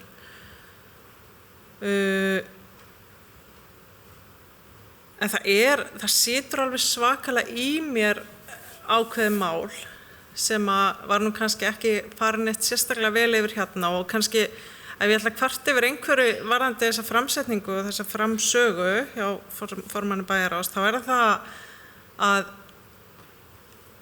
ég held að fólk hafi mikinn áhuga á ef við erum að hugsa að þessi framsetning sé hugsuð til þess að upplýsa bæjarbúa fjárhagsáætlunina. Að þá held ég að mætti alveg fara minna yfir tölur sem eru formanni bæjarráðs mjög hjartkærar en þýða næstu ekkert í huga margra annara af því við erum ólík og fólk alls konar og veltur fyrir frá rekstri og einhver hlutfallstala og alls konar bara ekki að segja mörgum margt. Þetta eitthvað sem ég nú neyðst til að læra verandi á 7. ári í bæjarstjórn og nú að ræða í 7. skipti fjárhagsáætlun. Þannig að þetta orðið þokkalega áhugavert fyrir mig. En ég hefði nú gjarnan viljað sjá farið betur yfir málaflokkana þar segja hverju verið að breyta og hverju verið að draga úr. Það var samt alveg farið yfir að hluta til en ekki kannski öllu. Og til dæmis var farið aðeins yfir þetta mál sem ég hef mestar áhyggjur af og í raun og veru þegar allt kemur til alls stóra ástæðan fyrir því ég get bara ekki samþykkt þessa fjárhagsáætlun sem forvarnarmálin. Og það sem sagt þannig að í þessari fjárhagsáætlun þá verið að leggja til og samdrátt í bæði rekstri félagsmiðstöðva og í húsinu, ungmennahúsinu í Rósenborg. En það sem var dregið fram var áætlun að gera einhvers konar úttekt á forvarnarmálum sem ég held að sé bara frábær hugmynd. En það þessi vinnubrögð sem ég bara get ekki samþykkt og get enga veginn staðið með sem það að ákveða niðurskurð í málaflokkinum og síðan einhvern veginn í kjölfarið að ákveða að gera einhvers konar úttekt og þetta er bara svo ófaglegt að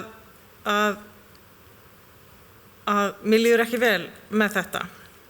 Og mér líður ekki vel líka því að mér finnst ég hafa brugðist að því að þá hann talaði meirihluta og minnihluta og kalt og tóknum með hlýtt og notalegt og menn standa saman og það allt saman, að þá sko kemur það svona einhvern veginn við mann þegar maður í minnihluta í mitt og maður ekki að andvaka yfir fjárhagsáætlunargerð og einhverju stressi yfir að fá einhverja tölur sendar í taka tíð og eitthvað svona, það rosa gott. Maður bara slakur að en síðan koma svona atriði sem maður bara svona hefur alveg gríðarlega svona sterka skoðun og ætla ég bara fullera rök fyrir að séu ekki góðar ákvarðanir. Og allavega í þessu máli þá hefur mér mistekist að sannfæra meirihlutann að þetta sé slæm hugmynd og að taka þessar milljónir sem að eru ekkit rosalega margar í stóra samhenginu, eru svona rúma 20, að draga í land með þetta og sjá til með þetta. Meina, það verið að skila fjárhagsáætlun í mínus, A-hlutanum í mínus og það eitthvað sem eins og komið fram þarf að vinna áfram með og ekki ásættanlegt. Og nú ég svona að detta í sömu ræðu og ég hélt 2015 þegar einmitt var verið að skila fjárhagsáætlun með A-hluta í mínus, óþægilegum mínus sem allir vissu að þurfti að gera eitthvað. Þá sagði ég bara stend með ykkur í þessu, ég samþykki þessa fjárhagsáætlun og við þá ætlum að fara saman í það að reyna að ná jafnvægi. Og það gerðum við saman oddvitarnir til sem að sitjum í bæjarráði, fórum sátum marga fundi þar sem að það var talað ýmislegt, þetta var þarna vorum við með utanaðkomandi ráðgjafa, þetta var ekki gott, þetta sé vinna, á þess að ég fara eitthvað endilega því ég búin að tala nokkru sinnum það á þess að ég fara endilega djúpt í það var þessi vinna ekki góð, nema hvað að þar voru niðurskurðar aðgerðarættar sem endu einhvern veginn á því að vera bara að vísa út til nefndana. Við oddvitarnir tókum ekki þá ábyrgð sem við þurftum að taka í þeirri vinnu. Og aðal niðurstaðan var tillaga lokun 2 leikskóla. Og þetta sendi þessi hópur frá sér vorið 2016. Og þótti einhver gott mál og ég stóð svona pínu í stappi út af þessu og endaði með því að samþykkja þetta ekki af því ég hafði einhvern veginn tilfinningu fyrir því að þetta væri ekki gott. Þetta reyndist ekki gott. Við höfum talað mikið það síðan og það sem ánægjulegt í þessari fjárhagsáætlun að sjá virkilega bætingu og mikið metnað í leikskólamálum og svona þeirri þjónustu við barnafjölskyldur. En það sem var síðan einhvern veginn, þú veist, ok, og maður stendur bara þarna og maður hugsa bara, þetta ekki gott, þetta ekki gott og þeir sem eru með manni og það bara meiri hlutin og meiri hlutur ræður og þeir segja bara, þetta bara ruglir, þetta bara gott mál. Og maður einhvern veginn hefur ekki alltaf rökin, af því að maður getur ekki alltaf sagt, þú veist, af því að maður hræddur við eitthvað og maður svona, ok, þetta gæti farið illa, af því að svona ákvarðanir sem teknar, það að gera þær vel, það að gera þær illa. Stundum þetta spurning svona hvernig hlutinni leggjast með manni og ekki og í því tilfelli þá lagðist það ekki með okkur að fólk flutti óforvarandist til bæjarins sem að þótti þó gleðiefni svona venjulega. Þannig að þetta þannig og þetta bara flókið mál og þar var ég bara svona ok, náði ekki að sannfæra neitt að þetta væri ekki góð hugmynd sem að kom síðan í ljós, sem að bara svoleiðis gerist. Síðan innan við ári seinna þá sem sagt samningur uppsetningu lyftu í Hlíðarfjalli samþykktur. Og í síðustu viku í bæjarráði þá var það bókað að það væri það í það minnsta 60 milljónum meira heldur en áætlað var. Þetta var innan við ári frá því að þessi frægi aðgerðarhópur samþykkti lokun þessara 2 leikskóla. Innan við ári var líka tekin ákvörðun að byggja svokallaða samkomubrú sem að flestum þótti nauðsynlegt en einhvern veginn innan við ári eftir að við oddvitarnir það er að segja ekki við oddvitarnir, heldur hinni oddvitarnir, höfðu tekið ákvörðun að loka 2 leikskólum, þá var búið að taka þessar 2 ákvörðanir. Og þetta líka ástæðan fyrir því að ég bara trúi því innilega að við þurfum ekki að taka út þessar rúma 20 milljónir að því bara, að því við höldum að segja þetta gera betur, að því að þetta ekki málaflokkur sem að við viljum, held ég, gera svona handahófskendan niðurskurð í. Þannig að en ég hef einhvern veginn ekki náð að segja af hverju ég held þessu vond hugmynd. Og þannig að augljóslega bara fór þetta alla leið og í orðræðinni hefur meirihluta fólk verið nokkuð sannfært að þetta bara, ger ekki neitt til. En ég ætla bara að segja, ég er fullkomlega ósammála. Kannski verður þetta allt í lagi, af því að þetta verður útfært ótrúlega vel og í sátt og svona samlyndi við starfsfólk sem kannski aðalatrið, en ég bara hef miklar áhyggjur að svo verði ekki. Þannig að bara svo þið vitið að af hverju ég bara get engan veginn verið jákvæð og skemmtileg eins og ég er yfirleitt og samþykkt þessa fjársáætlun, þá ætla ég að vera bara neikvæð og leiðileg, en ég vona samt að öllu hjarta að ég verð ekki eftir 1 ár, 2 ár eða fleiri ár að segja ykkur, ég sagði ykkur þetta. Af því að það auðvitað ekki þannig. Þetta er bara eitthvað sem að þið trúið að sé gott og ég trúi að sé ekki gott. Varðandi það, hvort að hagræðingarhugmyndir hafa komið frá minnihlutanum, eins og formaður bæjarráðs fullyrti áðan, þá ætla ég bara að segja að það hafa bara alveg komið fram hugmyndir. Ég til dæmis hef lagt til að verði farið yfir ferðakostnað starfsmanna vegna flugferða erlendis og sem eru þetta bæði umhverfismál og útgjaldamál. Aðrir hafa lagt til að það verður nú skoðað hvort að bæjarstjóri þarf aðstoðarmann eða hvort að þetta drífa í gegn breytingar sem eru svona næstu skref í stjórnkerfisbreytingum sem voru gerðar fyrir nokkrum árum. Þannig að það er alls ekki svo að við hefum ekki lagt neitt til. En auðvitað, eins og bæjarfulltrúi Eva kom inn á áðan, þá er þetta ekki við að gera fjárhagsáætlun. Og þó að samtalið og samstarfi sé oft ágætt og að því að við nú sérstaklega að tala samstarfi í nefndunum, þá er líka annað að þegar að það er farið út í nefndirnar og nefndunum er fyrirlagt að koma með hagræðingaraðgerðir, þá er bara ekki fallegt að ræða það síðan einhvern tíðan miklu seinna í ferlinu eins og það sé einhver frumkvæði nefndarfólks sem að viðkomandi hagræðingaraðgerðir komu fram. Þær eru komna fram vegna þess að það er ákveðið að ég skera niður. En síðan auðvitað urðu ekkert allar niðurskurðarhugmyndir af veruleika af ýmsum ástæðum og auðvitað það er ekkert óeðlilegt að oddvitar flokkana sem að sitja í bæjarráði taki þar ákvarðanir og breyti og því miður þá var bara enginn þarna sem að hafði þá skoðun að það ætti að taka tilbaka tillögum niðurskurð í forvarnarmálum. Svo ætla ég bara að segja eitt viðbót sem að mér fannst svona ótrúlega kaldhæðnislegt að það sé verið að draga fjármagn vegna umhverfismála. En svo einhvern veginn bara fór kaldhæðnin niður í frostmark þegar kom í ljósa útskýringin það er að því að búið að græja það sem þurft að græja til að verja svæði bílaklúbbsins fyrir stórflóðum sem eru jú líklegri til að aukast og verða tíðari í tengslum loftslagsvána.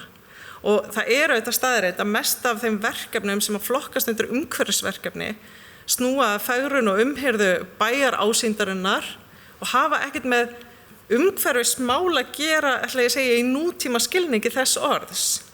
Þannig að ég vil bara deila þessu með ykkur og mér finnst þetta algjör brandari. En svona lokum þá ætla ég bara að lesa upp bókun sem ég ætla að leggja fram sem útskýrir hvers vegna ég mun ekki samþykkja þessa fjárhagsáætlun Hún hljóðar svo: Ég harma fyrirhugaðan niðurskurð í forvarnamálum og þjónustu við ungt fólk. Ég tel ákvörðunina tekna á ófaglegum forsendum og vera til marks skilningsleysi og metnaðarleysi í þjónustu við ungt fólk. Bæjarfulltrúi Sóley Björk Stefánsdóttir í loki málsinu. Næst tekur til máls bæjarfulltrúi Hilda Jana Gísladóttir.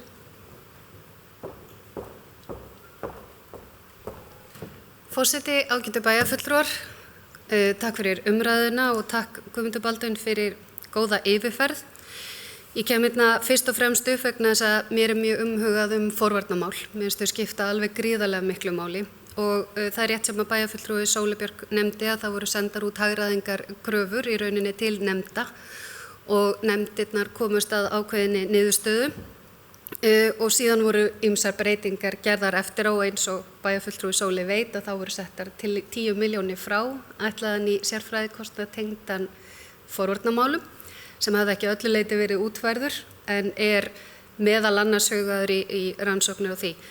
Tillaga nefndarinnar var lækkun vissulega 22 milljónir og bara aðeins til þess að fara yfir það í hverju það felst, þá eru það nokkrir hlutir sem eru sem sagt aðalega að fara í að draga úr yfirvinnu og álagsgreiðslum og föstum yfirvinnusamningum sagt upp sem og réttilega minni opnunartími í húsinu sem að opið 4 daga vikunar, 12 klukkutíma á dag og 8 klukkutíma á dag á föstudögum. Akureyrarbær setur gríðarlega mikinn metnað í forvarnamál. Ég held að mér sé alveg óhætt að segja það. Við getum talað í fyrsta lagi 109.000 per íbúa í íþrótta- og æskulýðsmál en ef við tökum út íþróttamálin og erum bara að tala ungmennahús og félagsmiðstöðvar þá erum við að tala 7.787 krónur per íbúa sem hækkaði ríflega 900 krónur milli árana 2017 og 2018 eða 965 ef ég man rétt.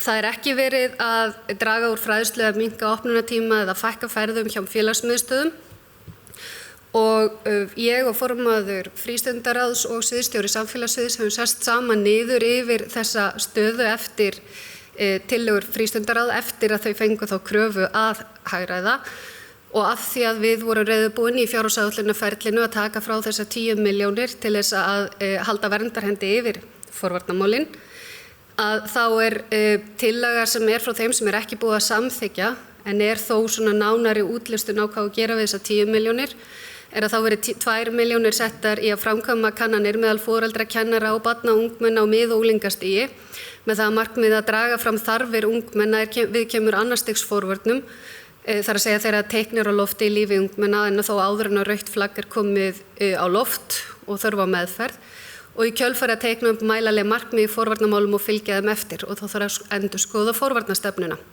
Þá verða 3 milljónir settar í starf frístundaráðgjafa sem var í 70% starfi en fer í 100% starf. Ekki verður jafn mikið dregið úr opnun ungmennahús eins og áður var ráðgert og nýtist 1 milljón króna í það. Auk þess 4 milljónir króna verða settar í verkefnið samfella í skóla og frístundastarfi.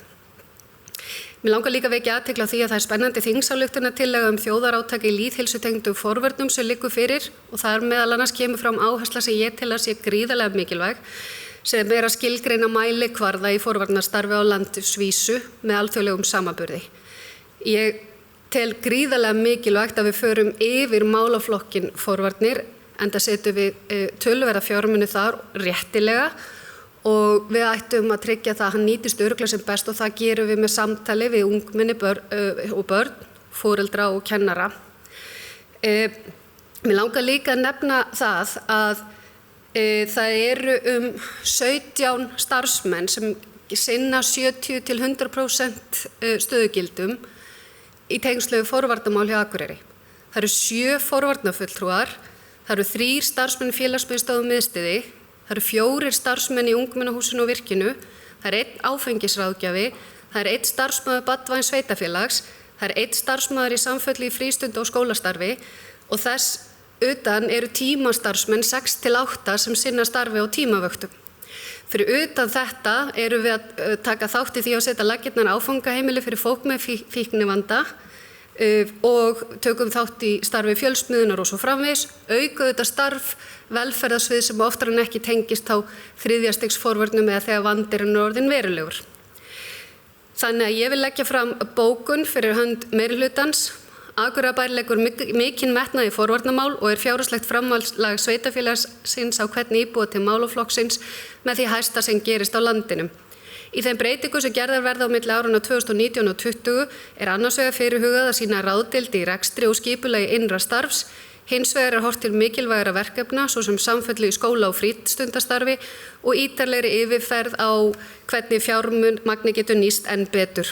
Þá að setja mælanlega mælikvarða á forvarnastarf bæjarins, auk þess sem haldið er áfram með þau fjölmörgu verkefni á sviði forvarna sem bærinn hefur byggt upp á undanförnum árum.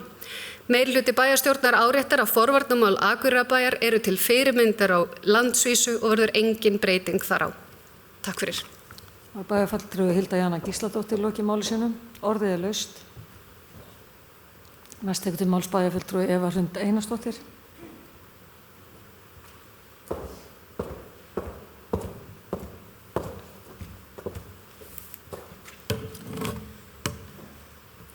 Forseti, ágætu bæjarfulltrúar. Ég vil nú byrja því líkt og aðrir að þakka bæjarfulltrúa Guðmundi Baldvini fyrir yfirferðina. Ég er mjög ánægð að sjá þessa breytingu sem hefur verið á að varpa þessu hér upp og að bæjarbúi sjáu hvað við erum að tala því að það er örugglega mjög leiðigjart að hlusta á 45 mínútna ræðu og hafa ekkert fyrir fram að sig. Þannig að það er bara vel gert og þá hrósa því sem er vel gert. Síðustu daga hefur við verið mjög ánægð með það að við höfum tekið upp alla bæjarstjórnarfundi. Því að það hefur verið æri verkefni að fara í gegnum fjárhagsáætlunar umræðu síðustu ára. Og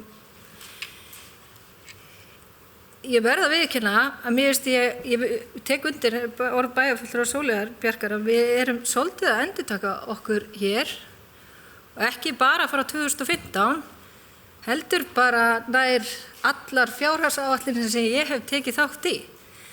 Því að næstum í hvert skipti hefur meirihlutann talað á næsta ári verður farið í hagræðingar aðgerðir. Og það hefur gengið svona glimrandi vel að nú er verið að leggja fram áætlun þar sem A-hlutinni tapi upp á rúmlega 400 milljónir. Auðvitað hefur komið hér fram í máli bæjarfulltrúa Guðmundar Baldvins að við erum hér að berjast við það að reka öldrunarheimilin. En svo lengi sem við erum allan með þau þá er það okkar verkefni að koma samt rekstrinum í gott lag og lífeyrissjóðsskuldbindingar taka sinn toll. Þau gera það líka annars staðar hjá öðrum sveitarfélögum, þó kannski ekki alls staðar í jafn miklum mæli. En hjá þeirri ábyrgða verður ekkert komist. Þannig að við þurfum að finna leiðir hvernig við ætlum að halda þessu áfram. En svo er annað mál sem að mér finnst bæjarfulltrúi Guðmundur Baldvin gera svolítið lítið úr. Að það er að 2017 misti meirihlutinn tök á stöðugildaaukningu innan kerfisins. Og núna erum við bara að súpa seyðið af því. Frá 2017 til 2019, allan með tölurnar sem eru þarna, eru stöðugildi að aukast 60 í A-hluta sem myndi áætla cirka, þó ég sé að áætla lágt, séu cirka 480 milljónir. Stöðugildi þessar áætlun eru næstum að standa í stað, myndi ég að segja. Af því eftir þeim upplýsingum sem ég hef fengið að þá eru 6 stöðugildin sem eru að minnka í fræðslu á fræðslusviðinu er bara búið að færa yfir í yfirvinnu hlutan. Þannig að það er í raun ekki verið að minnka raun stöðugildafjöldan þar. Svo náttúrulega eins og kom hér fram að 10 stöðugildi sem eru til lækkunar í menningarhlutanum er bara vegna þess að við vorum að færa laun fyrir minjasafnið. Þannig að það er engin hagræðing sem hefur orðið eða er að verða í minnkun og stöðugildafjölda. Hér kom fram að stöðugildin hafa komið að mestu leyti, stöðugildaaukningar að mestu leyti verið á fræðslusviðinu og í félagsþjónustunni, sem er alveg rétt. En það sem er annað mál að dæmið samt gengur ekkert upp til framtíðar svona. Við verðum að taka til og bregðast við. Bæjarfulltrúi Gunnar Gíslason, sem hefur nú einna mestu reynsluna hér inni, allavega að fræðslumálunum, hefur lagt til að verði farið aðra leiðir varðandi fræðslumálin. Það nú ekkert langt síðan ég hlusta á Karl Frímannsson, sviðsstjóra fræðslumála, halda fyrirlestur hér, reyndar áðan að var fræðslustjóri, að það yrði að fara aðra leiðir í skólakerfinu, ef við ætlum að ná að halda því út, að reka skólakerfi og líka til að bæta aukningu á gæðum. En svo náttúrulega líka annað, að þeir sem eru í rekstri vita það að það ekki endilega sama sem merki á milli þess að bæta við stöðugildum og veita betri þjónustu. Það ekki alltaf sama sem merki þar á milli. Og mér þykir miður að við séum ekki komin lengra í verkefni sem að bæjarfulltrúi Sóli Björk hefur margoft talað og við tekjum undir með henni, sem að straumlínu raunri stjórnun, LÍN. LÍN nefnilega ekki endilega ætlað til þess endilega að lækka kostnað, heldur að nýta starfsfólki betur og þannig leiðir það til lækkunar á kostnaði. Þannig að þá verið að fara yfir alla ferla, það verið að fara yfir öll verkefni, erum við að sóa tíma einhvers staðar, og ég get lofa ykkur því að við erum að sóa tíma á mörgum stöðum innan kerfisins, alveg svo ég að sóa fullt af tíma heima hjá mér. Þannig að við getum alltaf gert betur. Ég nýbúin að taka heimili í svona línverkefni og gat gert ýmsar hagræðingar þar, þannig að ég held að við séum með æðri verkefni hér í bæjarkerfinu og ættum að leggja meiri áherslu á þetta verkefni sem að bæjarfulltrúi Sóli lagði til hér á sínum tíma. Ég veit nú ekki, ég ætla nú samt að minnast á það má heldur ekki gleyma framkvæmdunum og rekstrinum við Listasafnið sem að hafa farið langt fram úr áætlunum og það bara líka að hafa áhrif á reksturinn. Svo eins og bæjarfulltrúi Guðmundur ætlaði að leggja áherslu á minni hlutin og væri að koma með hagræðingar hugmyndir. Af hverju eigum við að vera að koma með hagræðingar hugmyndir þegar við erum búin að vara við aðgerðum sem hafa leitt til mikils kostnaðar sem ábyrgð meiri hlutans en ekki minni hlutans. Það var nú komið fram hérna í umræðinni í dag að nú hefur bréf borist frá eftirlitsnefnd fjármálasveitarfélaga þar sem bent á slæma stöðu Akureyrarbæjar og við þurfum að bregðast við. Eins búið að taka Akureyrarbæ sem sýni dæmi yfir ósjálfbært sveitarfélag og fjármálaráðstefnu sveitarfélaga og mér finnst það leiðilegt. Mér finnst leiðilegt að við séum í þessari stöðu. Og auðvitað tek ég líka bara ábyrgð á mig að þá hef ég heldur ekki staðið mig nógu vel sem minnihlutafulltrúi. En hvernig ætlar meirihlutinn að bregðast við? Ég hef ennþá ekki fengið svör við því. Niðurskurður alltaf óvinsæll en það verður ekki hjá því komist og bara nú verður meirihlutinn að fara að sýna ábyrgð og við líka í minnihlutanum að sýna meira aðhald.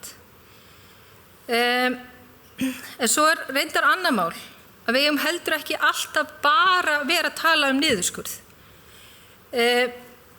Við verðum líka að horfa á tekjuhliðina og þá ég ekki að tala álögur, ég ekki að tala að hækka álögur á íbúa því að ég held að það gerir ekki gott því að ég held að leggja meiri álögur á núverandi íbúa og fyrirtæki hafi frekar í sig fælingamátt heldur en hitt og við erum betur í stakk búin að laða okkur fleiri fyrirtæki og einstaklinga ef álögur eru samkeppnishæfar.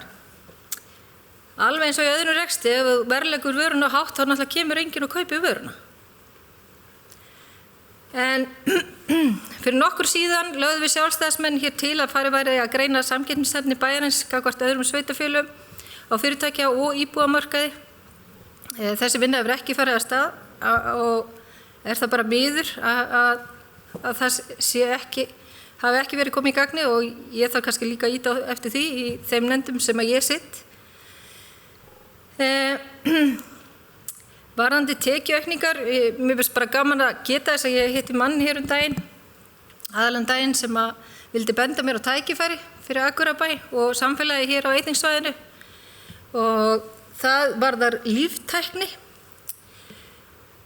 og eins og margar rannsóknir hafa sýnt fram á að þá líftækni sá geiri sem að mun líklegast blása mest til sóknar á komandi árum og hann lagði til að við myndum nýta okkur það. Við værum hér með háskóla sem vel undir það búinn og við ættum að leggja það til og vinna að því að hér þið búin til klasi og þarna værum við þá að búa til fleiri undirstöðugreinar fyrir svæði sem ég tel mjög mikilvægt. Og hefur nú þegar rætt þetta aðeins við formann Eyþings og vona að við tökum þá umræðu líka þar inni. En ég ætla ekki bara hvart og hveina, mér langar líka að benda á nokkur atriði sem ég ánægð með. Ég virkilega ánægð að sjá að Akureyrarkortið inni og ég ætla að vera bjartsýn á að nú sjáum við loks til sólar í því verkefni. Það hefur tekið gríðarlega langan tíma en ég líka ánægð að sjá að önnur sveitarfélög ætla að hoppa á vagninn og mér tel það vel og ánægð að Akureyrarbær hafi sent frumkvæði í því að hafa samband við önnur sveitarfélög. Síðan ég byrjaði í bæjarstjórn hef ég talað mikið fyrir rafrænni stjórnsýslu og ég mjög ánægð að sjá hvað hefur gerst í þeim efnum núna á stuttum tíma. Lengi vel fannst mér ekkert gerast. En ég held að það sé ekki síst að þakka frábæru starfsfólki sem hefur verið að sinna þessum verkefnum núna og vil ég þakka þeim vel unnin verk. Annars sem ég verið aðeins að velta fyrir mér, það var mannandi, við fórum yfir skýrslu, brúum bilið daginn. Þannig mér langaði bara aðeins að fá frá meirihlutann hvað verið að hugsa í þeim efnum, þegar ég sé það ekki skýrt koma fram í þessari fjárhagsáætlun. Þegar ég hélt, þegar ég las fjárhagsáætlunina að þær fjárhæðir sem stóðu við Lundarskóla væru uppbygging á leikskóla, þannig að ég ennþá bara óviss. Hvort að þetta sé verið að hugsa þetta fyrir leikskólan eða eingöngu viðhald á skólanum sem núna fyrir. En ég held einmitt að með uppbygging á leikskólan nær skólanum myndum við ná samlegðar áhrifum og þannig ná hugsanlega að draga saman í kostnaði. En ég vil endilega fá svör í þessu því ég vil ekki lenda mér sama og gerist við leikskólanum í Glerárskóla. Ég held að sé komin 7-8 ár þegar hann kemst í gagnið frá því að fyrst var lagt af stað, þannig að við viljum ekki lenda í því aftur. Eins vil ég enn og aftur ítreka hversu vont það að vera ekki inni í allri umræðu bæjarráðs fjárhagsáætlun. Fyrir okkur sem sitjum þarna fyrir utan því enn mikilvægara að gögnin séu vel unnin. Og mér fannst ég svolítið vera að lenda í því að ég væri ekki nógu vel upplýst, gögnin væru ekki að upplýsa mig nægilega hvað væri verið að taka út, hvað verið að setja inn. Ég get bara nefnt sem dæmi á gögnum sem ég hef verið að fá og það til dæmis kemur allstaðar fram að þessi verið að leggja punktinn niður. Og það mjög misvísandi skilaboð sem að felast í því.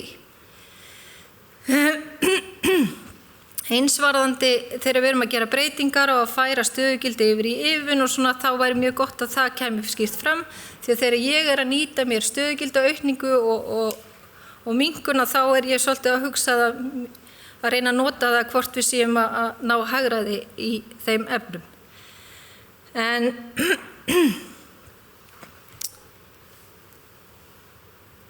já, ég held ég láti þetta bara duga í bili. Það bæjarfulltrúi Eva Hrund Einarsdóttir lokið máli sínu. Orðið laust.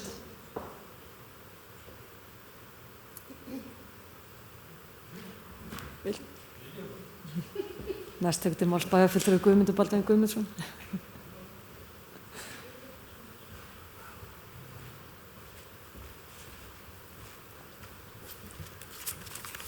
Forseti, ágætu bæjarfulltrúar.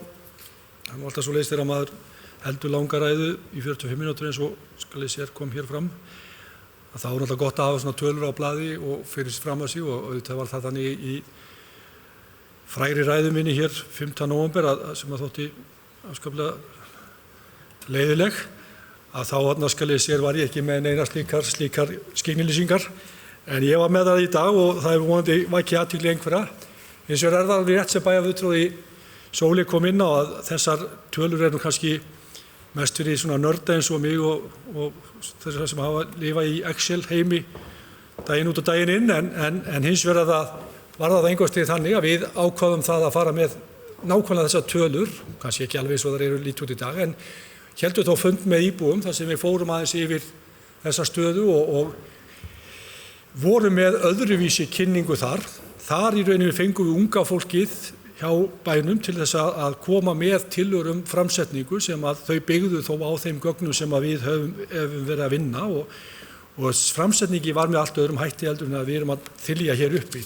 Hér erum við meira kannski formfestu og þurfum að segja ýmislegt sem að kannski mætti kannski vera skemmtilega og við þurfum kannski að velta það fyrir hvort við setjum það fram með öðrum hætti en hins vegar það þannig að við buðum þá upp á íbúakynningu í annað skiptið. Þessi íbúakynning sem var núna var mun betur heppnuð heldur en fyrri kynningin og var betur auglýst og það er einn liður í því sem við höfum verið og rætum hér áðan að það er mikilvægt að auka upplýsingaflæði til íbúa, það er akkurat höfum við verið að gera og ég held að svona reynslan af þeim fundi þar að segja að við fengum þarna bara nokkuð slatt af fólki til þess sem að svona utanakomandi fólki, utan erum við alltaf með svona flokksgæðinga og nefndarfólk og starfsmenn en samt var það einhvað síður þannig að við fengum þarna inn til okkar töluvert af bæjarbúum sem að gátu fengið þarna kynningu og ég vissum að þetta spyrst út og næsta ári munum við fá þarna skal ég segja meira og fleira fólk og svo náttúrulega höfum við líka velt yfir á hvaða tímapunkti við eigum að vera með þetta og hvort við eigum að reyna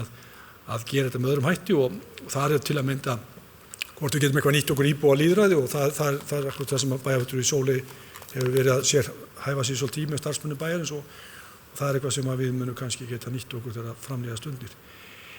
Ég reikna með sko varðandi það sem að bæjarfulltrúi Sóley kom inn á varðandi þessa niðurskurð sem hún talar í forvarnamálum auðvitað það þannig að þetta hennar sjónarmið og ber að virða það. Það er náttúrulega, hún hefur verið einarður talsmaður þessi í gegnum frá því hún kom í pólitík með mér að þá hefur hún talað mikið verið í forvörnum en við eins og bæjarfulltrúi Hilda kom inn á þá teljum við okkur vera að gera hansi vel í því og eigum þarna við erum í fremstu röð því að við teljum í þessum málum en við ætlum líka þá að gera úttekt á þessum málum og vita hvernig við stöndum og hvernig við getum nýtt þá fjármunum sem við höfum betur til þessara málflokka. Hún kom inn á ýmsa hluti þar sem hún hún kom inn á nokkra hluti sem hún talaði að hefur komið hagræðingar hugmyndir frá henni og það er alveg rétt að hún hefur rætt ýmsa meðal annars ferðarkostnað erlendis og þá var kom í þeirri umræðu að mikið af þeim ferðarkostnaði sem að starfsmenn bæjarins að fara erlendis ekki tengt í rauninni starfinu sem líkt. Þar eru menn að fara í námsferði, þetta menn eru oft styrktir af námsstyrkjasjóðum og þetta hefur verið til að mynda í skólum og leikskólum, þá hafa menn verið að fara í einhver svona námsferðir, kynna sér starfsemi erlendis í sambærilegum einingum og fengi þá út úr verkalýðsfélögum sínum til þess að fara í þá ferð. Þannig að það er nú svona spurning hversu mikið ferðarkostnaður hjá okkur almennt í bæjarkerfinu. Það var bara fróðlegt og verður kannski eitt af því sem við höfum að gera þegar við förum í þessar vinnu okkar að teikna það upp vegna þess að sjálfsög getum við ekki haft áhrif á þessar ferðir sem að starfsfólk er að fara með sínu fjármunum sjálft í þessar ferðir. Þannig að það er svona kannski ég er alveg sammála Sóley varðandi umhverfismálin og ofanflóðasjóðin sem þessar fjármunum sem við þurfum að setja í það var í rauninni eitthvað sem að var þröngvað upp á okkur. Það var ekki til þess að þetta var eitthvað sem var gamalt mál sem var bara þurft að leysa og þetta var ekki bara bílaklúbburinn, heldur þurftum menn að taka þarna þessa ákvörðun að setja fjármuni í þetta sem var kostnaðarsamt en auðvitað náttúrulega alltaf þarna skal ég sér álitamál en við þurfum að taka þessa ákvörðun og það var ekki hjá því komist. Það er svona varðandi sem bæjarfulltrúi Sóley Eva kom inn á varðandi stöðugildafjöldan og við höfum alveg mist okkur árið 2018, það sýnum að ná tölunum við fjölgað þá erum við náttúrulega að tala 39 mann sem að fjölgar í A-hluta, það færist þarna milli A-hluta og aðalsjóðs, starfsmannir fasteigna færast þarna milli inn í aðalsjóðin og seldir þaðan út, en þannig það svona, en við erum að horfa 39 stöðugilda aukningu þarna, og stærsti hlutin af því 21 í fræðslumálum og ég veit ekki nákvæmlega hvernig það er, en ég reikna kannski með að formaður fræðsluráðs komi hérna inn og ræði hvernig stöðugildafjöldin í fræðslumálunum, en hins vegar það þannig til dæmis í málaflokki fatlaðra og það til dæmis að það getur stokkið til, þarna fjölgaði 9, ef ég man rétt, það var samt ekki að hengja mig upp á, en ég held samt að á þessu ári hafi við tekið við þjónust á erfiðum einstaklingi eða þurftum að veita þjónustu á erfiðum einstaklingi og þá ertu bara kannski komið með 5-6 stöðugildi bara við þennan eina einstakling. Það er náttúrulega, það er fljótt að gerast, en auðvitað náttúrulega eins og ég kom hérna á málu mínu áðan, þá eitt af því sem við þurfum að skoða, það er akkurat málaflokkur fatlaðra og hvernig við erum í raun að nýta það allt saman. En ég veit ekki hvar bæjarfulltrúi Eva hefur rekist á að við ætlum að leggja niður punktinn. Það hefur aldrei staðið til, við erum í rauninni að breyta áherslunum á rekstri punktsins og flytja hann til innan bæjarins, en það hefur ekki staðið til að leggja þá góðu starfsemi sem við erum að veita þeim skjólstæðingum sem þess þurfa, eins og við erum að breyta áherslum í rekstrinum, en við ætlum að sjálfsögðu og höfum rætt það hér að við ætlum áfram að þjónusta þá einstaklingar sem að virkilega þurfa á þjónustu þessa ágæta úrræðis. Og það verður bara gert með öðrum hætti en það hefur verið, en það er ekki verið að leggja það niður. Takk fyrir. Það er bæjarfulltrúi Guðmundur Baldvin Guðmundsson lokið máli sinni, næst tekur til máls bæjarfulltrúi Ingibjörg Ólöf Ísaksen.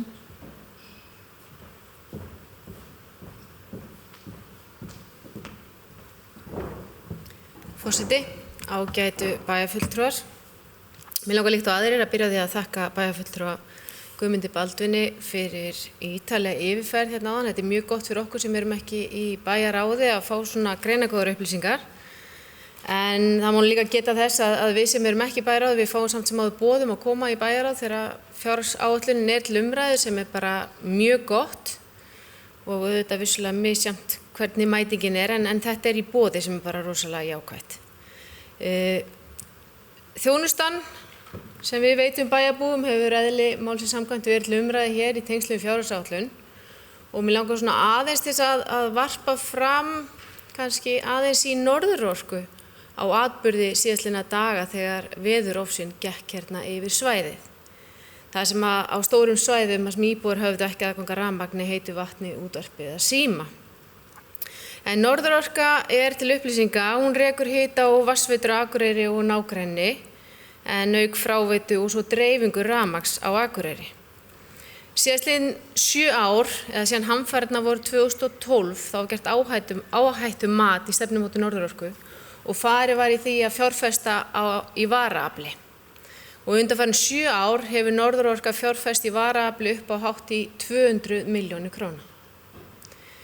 Það er skemmst frá því að segja að flestar varaaflsvélarnar voru í gangi þegar dreifikerfi flökti í veðrinu og sló dælunum sífellt út. Það var ákveðið neyðarstjórn ákvað að loka sundlaunum á Akureyri og nágrenni ásamt því að biðja stærstu notendur að minnka eða draga úr vatnsnotkun og urðu bæjarbúar líka við því sem var bara mjög jákvætt. Það var settur olíuketill, hann var keyrður til viðbótar til þess að koma og halda kerfunum í gangi. Ef ekki hefði verið fyrir þetta hugafar fyrir 7 árum síðan að fara að byggja upp varaafl, hefði staðan hér á svæðinu orðið töluvert verri en raun bara vitni. Og þetta er rauninni bara eitt af því sem við ákveðum að eyða fjármagni í, sem er bara mikið og gott. En í rauninni bara já, eins og segi, það hefði verið áhyggjuefni að framtak Norðurorku varðandi uppsetning varaafls hefði ekki verið. En svona að máli málana sem er kannski fræðsluráð hér hjá mér, fræðslumálin sem er 44% af skattekjum okkar fer í. Guðmundur Baldvin bæjarfulltrúi fór nú aðeins yfir þetta og hlutverkin og þau verkefni sem við erum að fara í núna á næsta ári. En það er aðeins búið að velta hérna upp bara hverju verið að breyta og hvað verið að draga úr. Hún bæjarfulltrúi Sóley Björk spurði þetta áðan og hvað ákvarðanir eru teknar. En vissulega er auðvitað alltaf þannig að við tökum ákvörðun út frá bestu vitund hverju sinni og þeim upplýsingum sem við höfum og borðum í rauninni með það hugafæri að bæta þjónustu við bæjarbúa og bænum okkar til heilla. En við erum mannleg og við tökum stundum ekki alltaf réttar ákvarðanir en við reynum eftir bestu vitund og umræðum að taka bestu ákvarðanir. Svo ég kom aðeins að fræðslumálunum, þá verið að hagræða í fræðslumálunum. Skrifstofa fræðslusviðs, þar verið að hagræða upp á tæpar 20 milljónir, þar sem við erum ekki að fara í ráðningu sálfræðings til dæmis og það verið að lækka sérfræðikostnað, samt sem áður verið að gera ráð fyrir fjármagni í að kaupa sérfræðiþjónustu á næsta ári. Það fækkun stöðugilda í leikskólanum okkar upp á 23 milljónir. Það verið að lækka þjónustukaup í leikskólanum 1 milljón. Dagvistum barn í heimahúsum, það voru setta 20 milljónir til þess að brúa bilið. Það var tekið út vegna þess að við erum bara að fara aðrar leiðir. Þurfum ekki á því fjármagni að halda. Það verið að draga úr akstri úr innbænum í Brekkuskóla sem 1 milljón. Við erum tímabundið að loka Grímseyjarskóla og leggja niður 80% stöðu Hlíðarskóla sem 34,6 milljónir og svo verið að lækka launin í tónlistarskólum 10 milljónir. Samtals gerir þetta 109,4 milljónir en vissulega þurftum við líka að skoða aðra liði sem að hækkuðu og þegar við endurskoðun á útreikningum fjárhagsáætlun kom í ljós að við þurftum að hækka vegna hita og rafmagns og áætlaðar húsaleigu og fleiri þáttar sem hefur væntanlega líka komið til umræðu í bæjarráði, gerir ég ráð fyrir. En það sem við í rauninni fögnum í fræðsluráði að við erum samt sem áður að taka stór og mikilvæg skref. Við erum núna í vinnslu við nýja menntastefnu, virkilega skemmtileg og áhugaverð vinna og mikil samstaða þessa stefnu og mun ég vonandi kynna hana í janúar og febrúar eða í byrjun næsta árs. Og við erum einnig líka með fjármagn eyrnamerkt innleiðingu menntastefnunar sem ég finnst gríðarlega mikilvægt því að ef við setjum ykkur stefnastað þá verðum við að geta framfylgt henni og við verðum að hafa fjármagn til þess. Þannig að það fagnaðarefni og við erum strax farin að setja niður verkefni og aðgerðaáætlun hvernig við ætlum að framfylgja henni. Síðan í rauninni erum við líka að halda áfram aukna niðurgreiðslur til foreldra sem fá ekki boð leikskóla við tiltekinn aldur. Þannig að við erum að taka inn börn í ágúst í 17 mánaða aldur og barnið verður 17 mánaða í október og nóvember, þá byrjar þessi niðurgreiðsla. Þetta gert til þess að mæta foreldrum og lækka greiðslur til dagforeldra. En einnig erum við núna, ef það í fjárhagsáætlun núna, gerir ráð fyrir því að við erum að bæta við niðurgreiðslu 8. tímans til dagforeldra sem gerir dagforeldra bara raunhæfan valkost á móti leikskóla. Þetta líka ein leið okkar til þess að brúa bilið á milli fæðingarorlofs og leikskóla. Það líka gert ráð fyrir, eins og áður sagði, fjármagni til sérfræðiþjónustu. Við erum auðvitað að fara í byggingu nýs leikskóla, Klappa. Og svo munum við taka inn yngri börn jafnt og þétt eftir sem pláss leyfir í leikskólanum, en samt sem áður erum við að horfa líka til þess að auka rými á hvert barn í leikskóla til þess að bæta starfsaðstæður og aðstæður barna í leikskólum. Þannig að þetta eru stórverkefni en mjög skemmtileg. Bæjarfulltrúi Eva Hrund kom inn á það að það væri mikilvægt að fara aðra leiðir í skólakerfinu til þess að halda út. Við erum auðvitað vissulega að skoða hvaða leiðir við getum farið og eins og flestir kannast við kannski umræðuna PISA og hvernig niðurstöðurnar voru á þessu svæði og bara á Íslandi.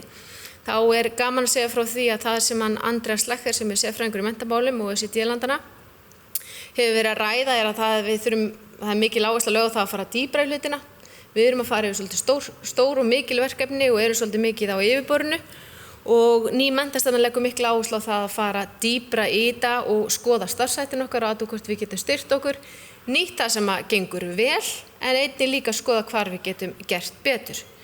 En það er samt gaman að segja frá því að á fundi fræðsluráðs núna í gær var lögð fram skýrsla varðandi hvernig rekstur grunnskólana hér á Akureyri og við erum með mjög hagstæðan rekstur.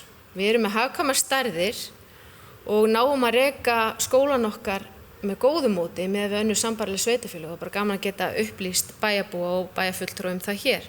Hvet ykkur endilega til að kynna ykkur þetta.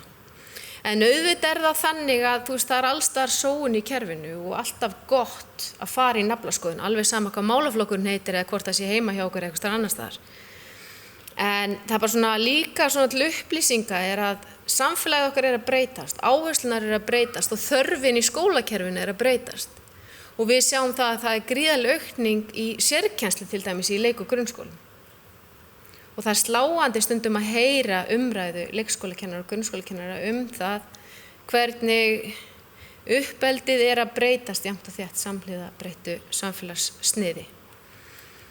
En varðandi brúum bili og hvað sé áætlað í þeim efnum, þá erum við að fylgja eftir skýrslunni, brúum bilið, innan fræðslu sviðsins.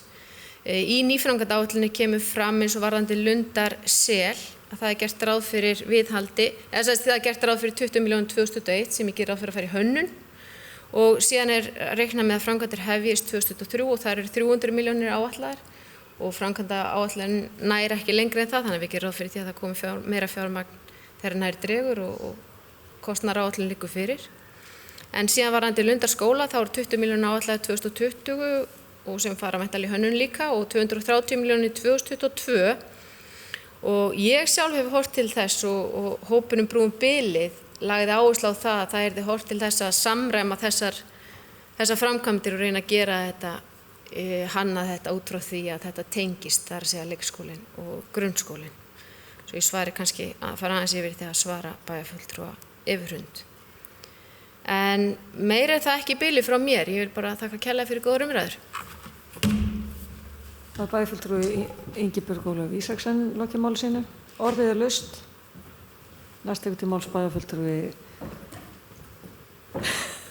Var ekki? Jú, ég var svo jafnir. Hlynur Jóhannsson. Ég stóð bara fyrir það. Forseti ágætu bæjarfulltrúar. Ég vil nú eins og aðrir þakka Guðmundi Baldvin fyrir þessa yfirferð þó ég sé búin að hlusta á hann nokkuð oft í bæjarráði. Það nú bara vel sloppið, hann skildi bara vera inn í 45 mínútur.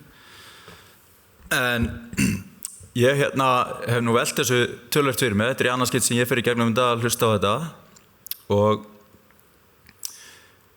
ég held þetta sé ekkert einfalt dæmi. Við erum í bæ sem ekki að góðri svona stærðargráðu. Við erum að sinna held ég allt og mörgum hlutum hérna. Það eru margir hópar að biðja peninga og ég hef nú komið til nokkura bæja á Norðurlöndunum og sem eru í svipari stærðargráðu og þeir eru ekki að sinna næstu eins mörgum hlutum. Og ég held að sé bara ekkert auðvelt að útfæra þessu og finna réttu leiðina. Ég held að alveg sama hvernig meirihlutin væri samsettur eða minnihlutin, það alltaf einhverjir á móti öllu og þar fram til göttunum. Kannski ættum við bara í minnihlutunum að setja fram okkar fjárhagsöllun á móti þessu og vinna það svoleiðis og þá hægt að koma með eitthvað. Eða við séum bara komin að því sem að hugarefni höllu að séu bara allir í meirihluta og þá hægt að vinna þetta öll saman. En að því að búið að tala svolítið þessar forvarnir, ég nú alveg á því að meirihlutin sé á réttri leið þar og ég vil trúa því og treysti því algjörlega á meðan að meirihlutin með hildjunni innan síns borðs að þá verði þetta vel unnið. Ég bara neita að trúa öðru. Nú, við getum örugglega fundið að fullt af hlutum. Samt þannig hluti sem eru bara nokkuð góðir. Við erum að horfa á til dæmis eins og með 8. tíma í samtíð niðurgreiðslu hjá dagforeldrum. Það bara töluverð kjarabót fyrir þá sem eru þar. Það eru fleiri hlutir sem eru góðir. Við erum að greinilega horfa til betri vegar í bæði skólamálum og leikskólamálum og vonandi á næstu 2-3 árum munu þau bara komast í gott horf. Þannig að ég held að við eigum kannski að eyða pústinu meira í það bara að vinna saman fljótlega eftir áramót og gera þetta vel og við fáum að koma meira að borðinu. Ég hef fulla að trúa því og í lokin þá ætlum ég bara að segja gleðileg jól. Það bæjarfulltrúi Hlynur Jóhannsson. Lokið máli sínu næst tekur til máls bæjarfulltrúi Þórhallur Jónsson.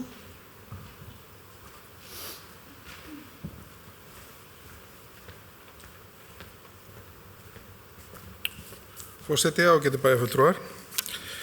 Ég vil líkt og aðrir byrja að þakka Guðmundi Baldvin fyrir ágæti yfirferð. Þetta var ekkert leiðilegt. Þannig að svo bara því sitt haldið til haga, það mismunandi áhugamál, en það eru nokkur atriði sem að aðeins pirra mig og ég verði eiginlega að fá að nefna hérna. Ef við byrjum bara á íbúafundinum sem á haldinn að þá var hann stórkostlegur. Það var frábært, þetta var frábært framtak og þetta var velframsett og þetta var skemmtilegt. En því miður var mætingin vægast sagt sorgleg. Þarna voru bæjarfulltrúar, makar þeirra og örfáir starfsmenn Akureyrarbæjar. Almennir bæjarbúar voru varla teljandi á höndum annarra handar. Ég bara held ekki. En fundurinn var áhugaverður, hann var skemmtilegur og ég myndi skora á alla sem hafa áhuga á fjármálum bæjarins að mæta á svona fundi ef við höldum svona funda eftir ár. Af því að þetta var virkilega flott. Eina sem að líka pirraði með þarna var sem sagt að það voru ákveðnir nefndamenn, þú veist, sem að hefðu mátt vera betur undirbúnir fyrir fyrirspurnir. Af því að það stoppaði á þarna málum sem fólk vildi fá svör við og bæjarfulltrúar voru ekki, eða nefndar fólk réttara sagt var ekki klárt með svör.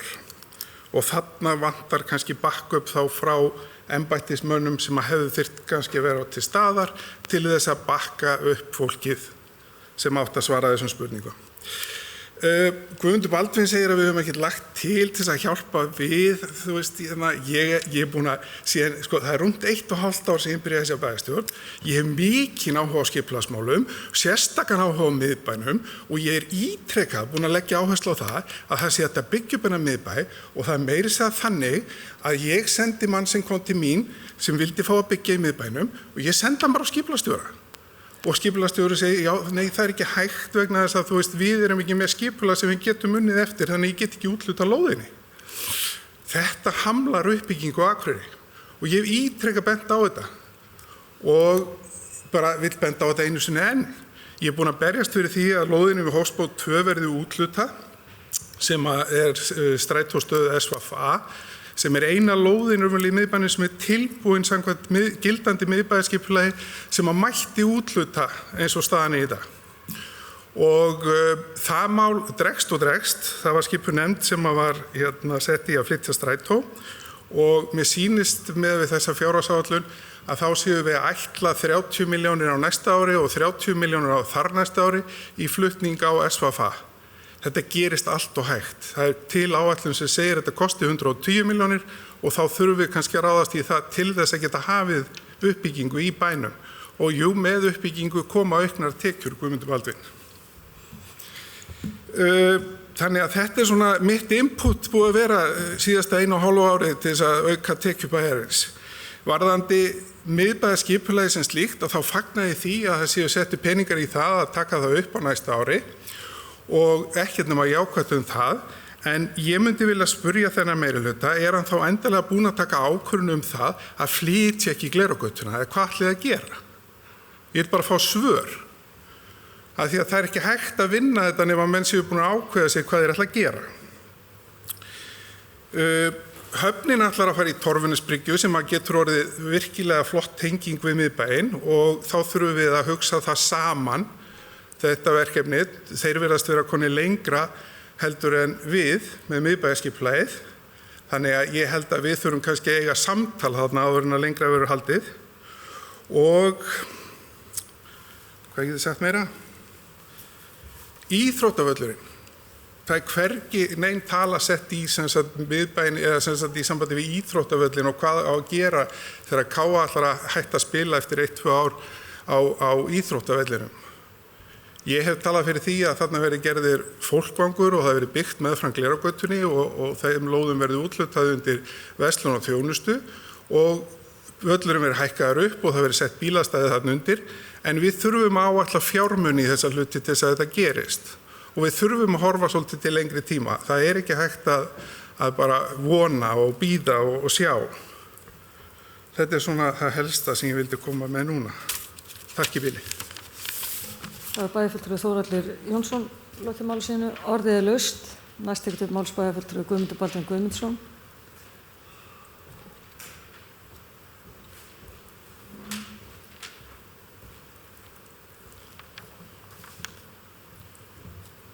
Forseti ágætu bæjarfulltrúa, bara aðeins að svara bæjarfulltrúa Þórhalli.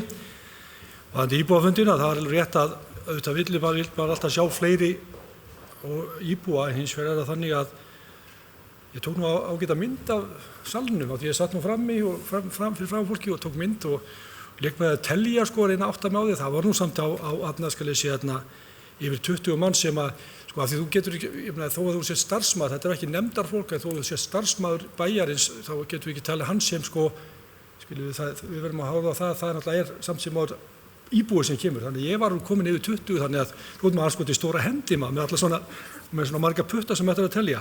En einhvað síðan þá ég held ég og þakka bara bæjarfulltrúa Þórhallíi það að hann hrósaði okkur fyrir þennan fund og ég held að það hafi verið mjög góð fundur. Auðvitað er það þannig þegar maður tekur svona fund að þetta var algjör nýjung og við vorum svona kannski varðandi svör og tilsvör þarna á svæðinu þá hefðum við kannski geta undirbúið það betur, en hins vegar gafst okkur tækifæri og það gerðum við í rauninni kjölfarið. Við birtum svörin við þeim spurningum sem komu á vefnum, þannig að þá höfðum við tíma til þess að koma þeim svörum frá okkur. En þetta er eitthvað sem við þurfum bara að læra og læra umgangast. Þetta er náttúrulega svona algjör nýjung fyrir marga þarna sem við erum forma nefnda að þurfa að standa fyrir framan fjölda manns og svara. Það er ekki allir sem eru vanið því frá degi til dags.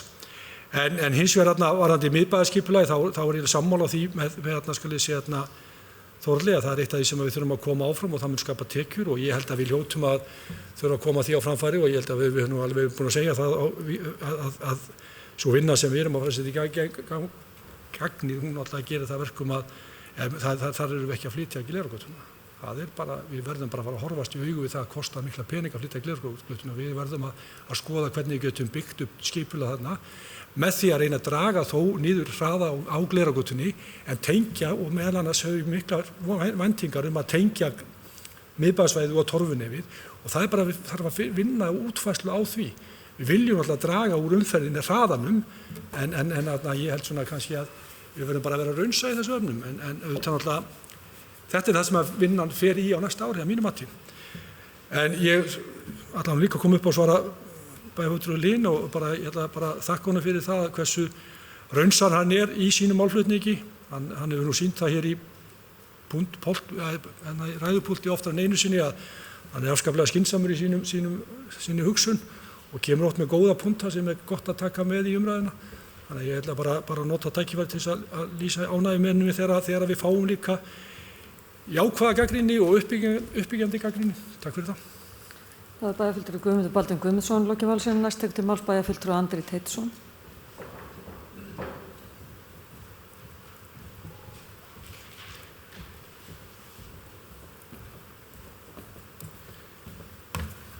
Forseti, ágætu bæjarfulltrúar.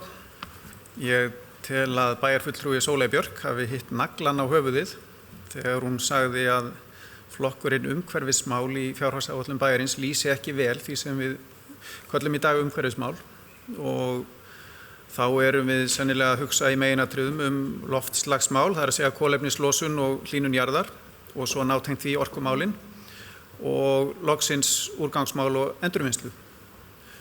Og hvað erum við þá að gera í þessum nútíma skilningi á umhverfismálum? Ég svona rétt aðeins bara festi á blaða nokkra punkta til að svona sjálfum mér og kannski öðrum til fróðleiks og umhugsunar. Við erum með ókeypis í strætó sem að kostar okkur 200 milljónir á ári og má segja að sé stórt umhverfismál. Við erum með metanknúna strætisvagna, við erum með metanknúna ferlibíla. Græni trefillin okkar vex og dafnar, bindur mikið kolefni. Við erum að standa okkur nokkuð vel í að flokka sorp og erum að reka stórt gámaplan og 12 grenndarstöðvar. Akureyrarbær er svo í gegnum Norðurorku þáttakandi í Moltu sem er glæsilegasta jarðgerðarstöð á Íslandi og í Orkey sem er brautryðjandi í að endurnýta fitu og olíu sem eldsneyti. Nú við erum í metanvinnslu af gamla urðunarstaðnum á Glerárdal og Norðurorka sjálf er kolefnishlutlaus eða allavega langt til ef við teljum skógarreiti í umsjá félagsins með. Dótturfélagið Fallorka er síðan að framleiða í heimabyggð næga og hreina raforku fyrir öll heimili og stofnanir á Akureyri og nágrenni.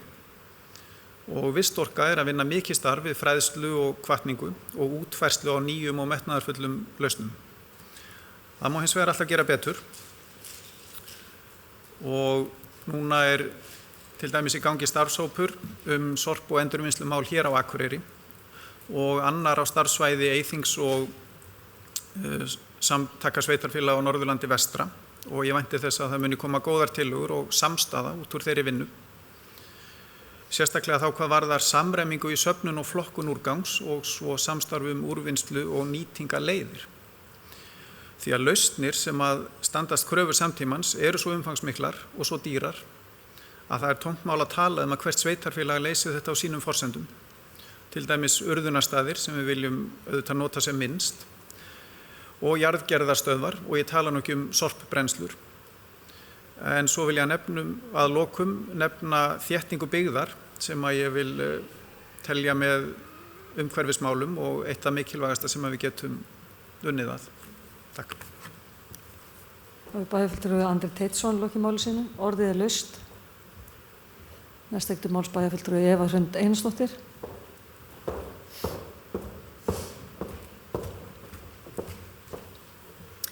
Forseti, ágætu bæjarfulltrúar. Ég ætla að fá að lesa upp bókun fyrir hönd okkar bæjarfulltrúa úr Sjálfstæðisflokknum. Þessi fjársáætlun tekur að mestu mið af þeirri rekstrarstöðu sem vegna fjölgunar stöðugilda og útgjaldaaukningar síðustu ára. Frá árinu 2017 til 2009 hafa stöðugildi aukist 60 A-hlutanum og ekki má sjá að þeim fari fækkandi. Við bentum á að sú þróun væri varasöm ef ekki yrði brugðist við strax með aðhaldsaðgerðum á móti. Það hefur ekki tekist, það var ekki gert og því sem er. Nú er komið svo að bréf hefur borist frá eftirlitsnefnd fjármála sveitarfélaga þar sem bent á slæmastöðu Akureyrarbæjar. Staðan orðin þannig að við getum engan veginn sætt okkur við að samþykkja fjárhagsáætlun sem sýnir verulegt tap á A-hluta Akureyrarbæjar. Það er bæjarfulltrúi Eva Hrund Einarsdóttir lokið máli sínu. Orðið er laust. Nei. Ef fleiri hafa ekki hvatt sér hljóðs, þá segi umræðinu fjárhagsáætlun lokið og þá hefst nú lesturinn. Það þarf að bera hann upp í mörgum pörtum. Áætlunin tekur til eftirfarandi þátta. Samstæðureikningur Akureyrarbæjar A og B hluti, samstæðureikningur Sveitasjóðs A hluti, rekstraryfirlit samstæðureikningsins 2020, rekstraryfirlit samstæðureiknings 2021, rekstraryfirlit samstæðureiknings 2022, rekstraryfirlit samstæðureiknings 2023, framkvæmdayfirlit Akureyrarbæjar 2020 til 2023, A-hlutastofnanir, aðalsjóður, eignasjóður Gatna og fleira, fasteignir Akureyrarbæjar, framkvæmdamiðstöð, B-hlutastofnanir, Bifreiðasjóður Akureyrar, byggingasjóður Náttúrufræðistofnunar, félagslegar íbúðir, gjafasjóður ÖA eða öldrunarheimilina, Hafnasamlag Norðurlands, Norðurorka HF, strætisvagnar Akureyrar og öldrunarheimili Akureyrar. Þá er það aðalsjóður. Aðalsjóður með rekstraniðurstöðu 2020 með neikvæða rekstraniðurstöðu 1117.108.000 2020 og niðurstöðu á efnahagsreikningi 2020 að fjárhæð 14.422.577.000. Þeir sem geta samþykkt það, gefum merki. Það eru 6 á móti. Það eru 4 og 1 situr hjá. A-hlutastofnanir, eignasjóður Gatna, rekstraniðurstaða 2020 að fjárhæð 77.327.000. Fasteignir Akureyrarbæjar, rekstraniðurstaða 2020 að fjárhæð 619.207.000.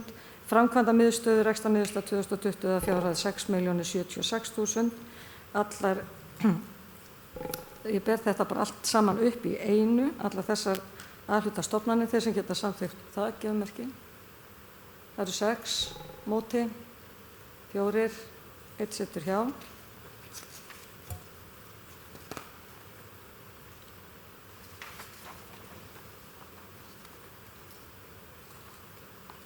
Þá er það samstæðureikningur.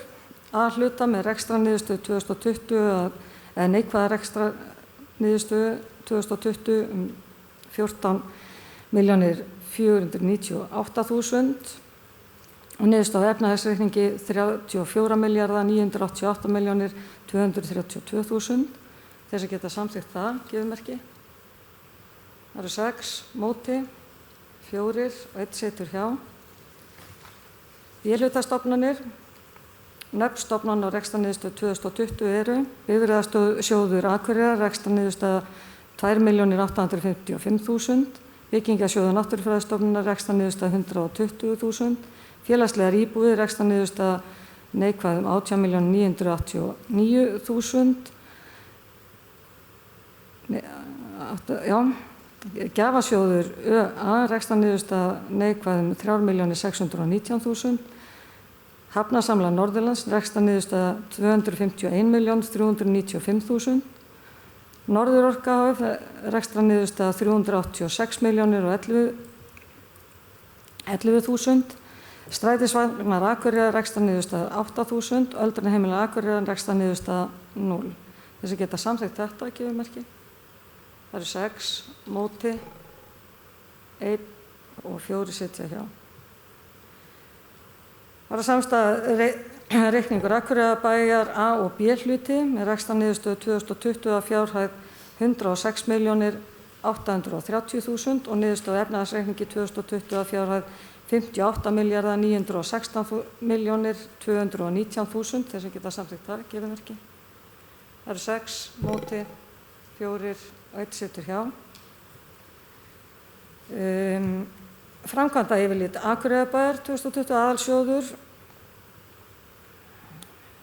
1.293.000, A-hluti 2.117 milljónir, B-hluti 2.276.590.000 og samanteki A og B hluti 4.393.590.000. Þeir sem geta samþykkt þetta, gefið merki. Það eru 6 móti, 1 og 4 sitja hjá.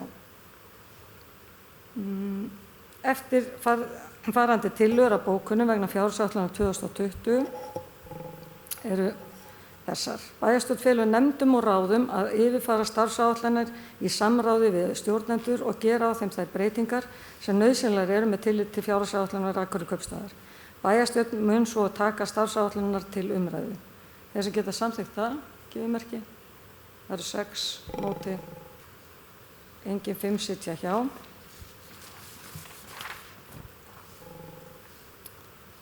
Það var kaup á vörum og þjónustu. Nýta skal kosti almennara útboða við framkvæmdir og vöru- og þjónustukaup þar sem því verður við komið. Sérstök áhersla verði lögð á að ítrustu hagkvæmni í innkaupum og meta skal endurnýjunarþörf búnaðar sérstaklega. Gerðir skulu þjónustusamningar við félög, fyrirtæki og stofnanir á þeim sviðum sem hagkvæmni slíkra samninga getur notið sín. Þeir sem samþykkja þetta, gefið merki. Það eru 6, 7, 8, 9 móti. 2 sitja hjá. Áherslu við framkvæmd fjárhagsáætlunar 2020. Bæjarstjórn ítrekar tilmæli til stjórnenda bæjarins um að gæta ýtrasta aðhalds í öllum rekstri bæjarins á árinu 2020. Mikilvægt að allri yfirvinnu sé haldið í lágmarki og þeim eindregnu tilmælum beint til stjórnenda að meta vandlega yfirvinnu þörf og leita leiða til að draga úr henni.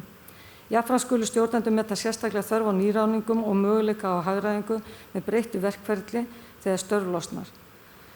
Allar slíka breytingar þarf að leggja fyrir viðkomandi nefnd og bæjarráð. Þeir sem geta samþykkt það, gefið merki. Það eru 9 móti, engin 2 sitja hjá. Bæjarstjórn lítur svo á að með afgreiðslu frumvarpsins hafi verið afgreidd erindi og tillögur fjárveitingar sem borist hafa bæjarráði og vísað hefur verið til gerðar fjárhagsáætlunar. Þeir sem samþykkja það, gefið merki. Það eru 6 móti, 5 sitja hjá. Þá lýsi ég yfir að 7. lið dagskrárinnar ásamt 5. lið í fundargerð bæjarráðs frá 12. desember 2019 séu afgreiddar.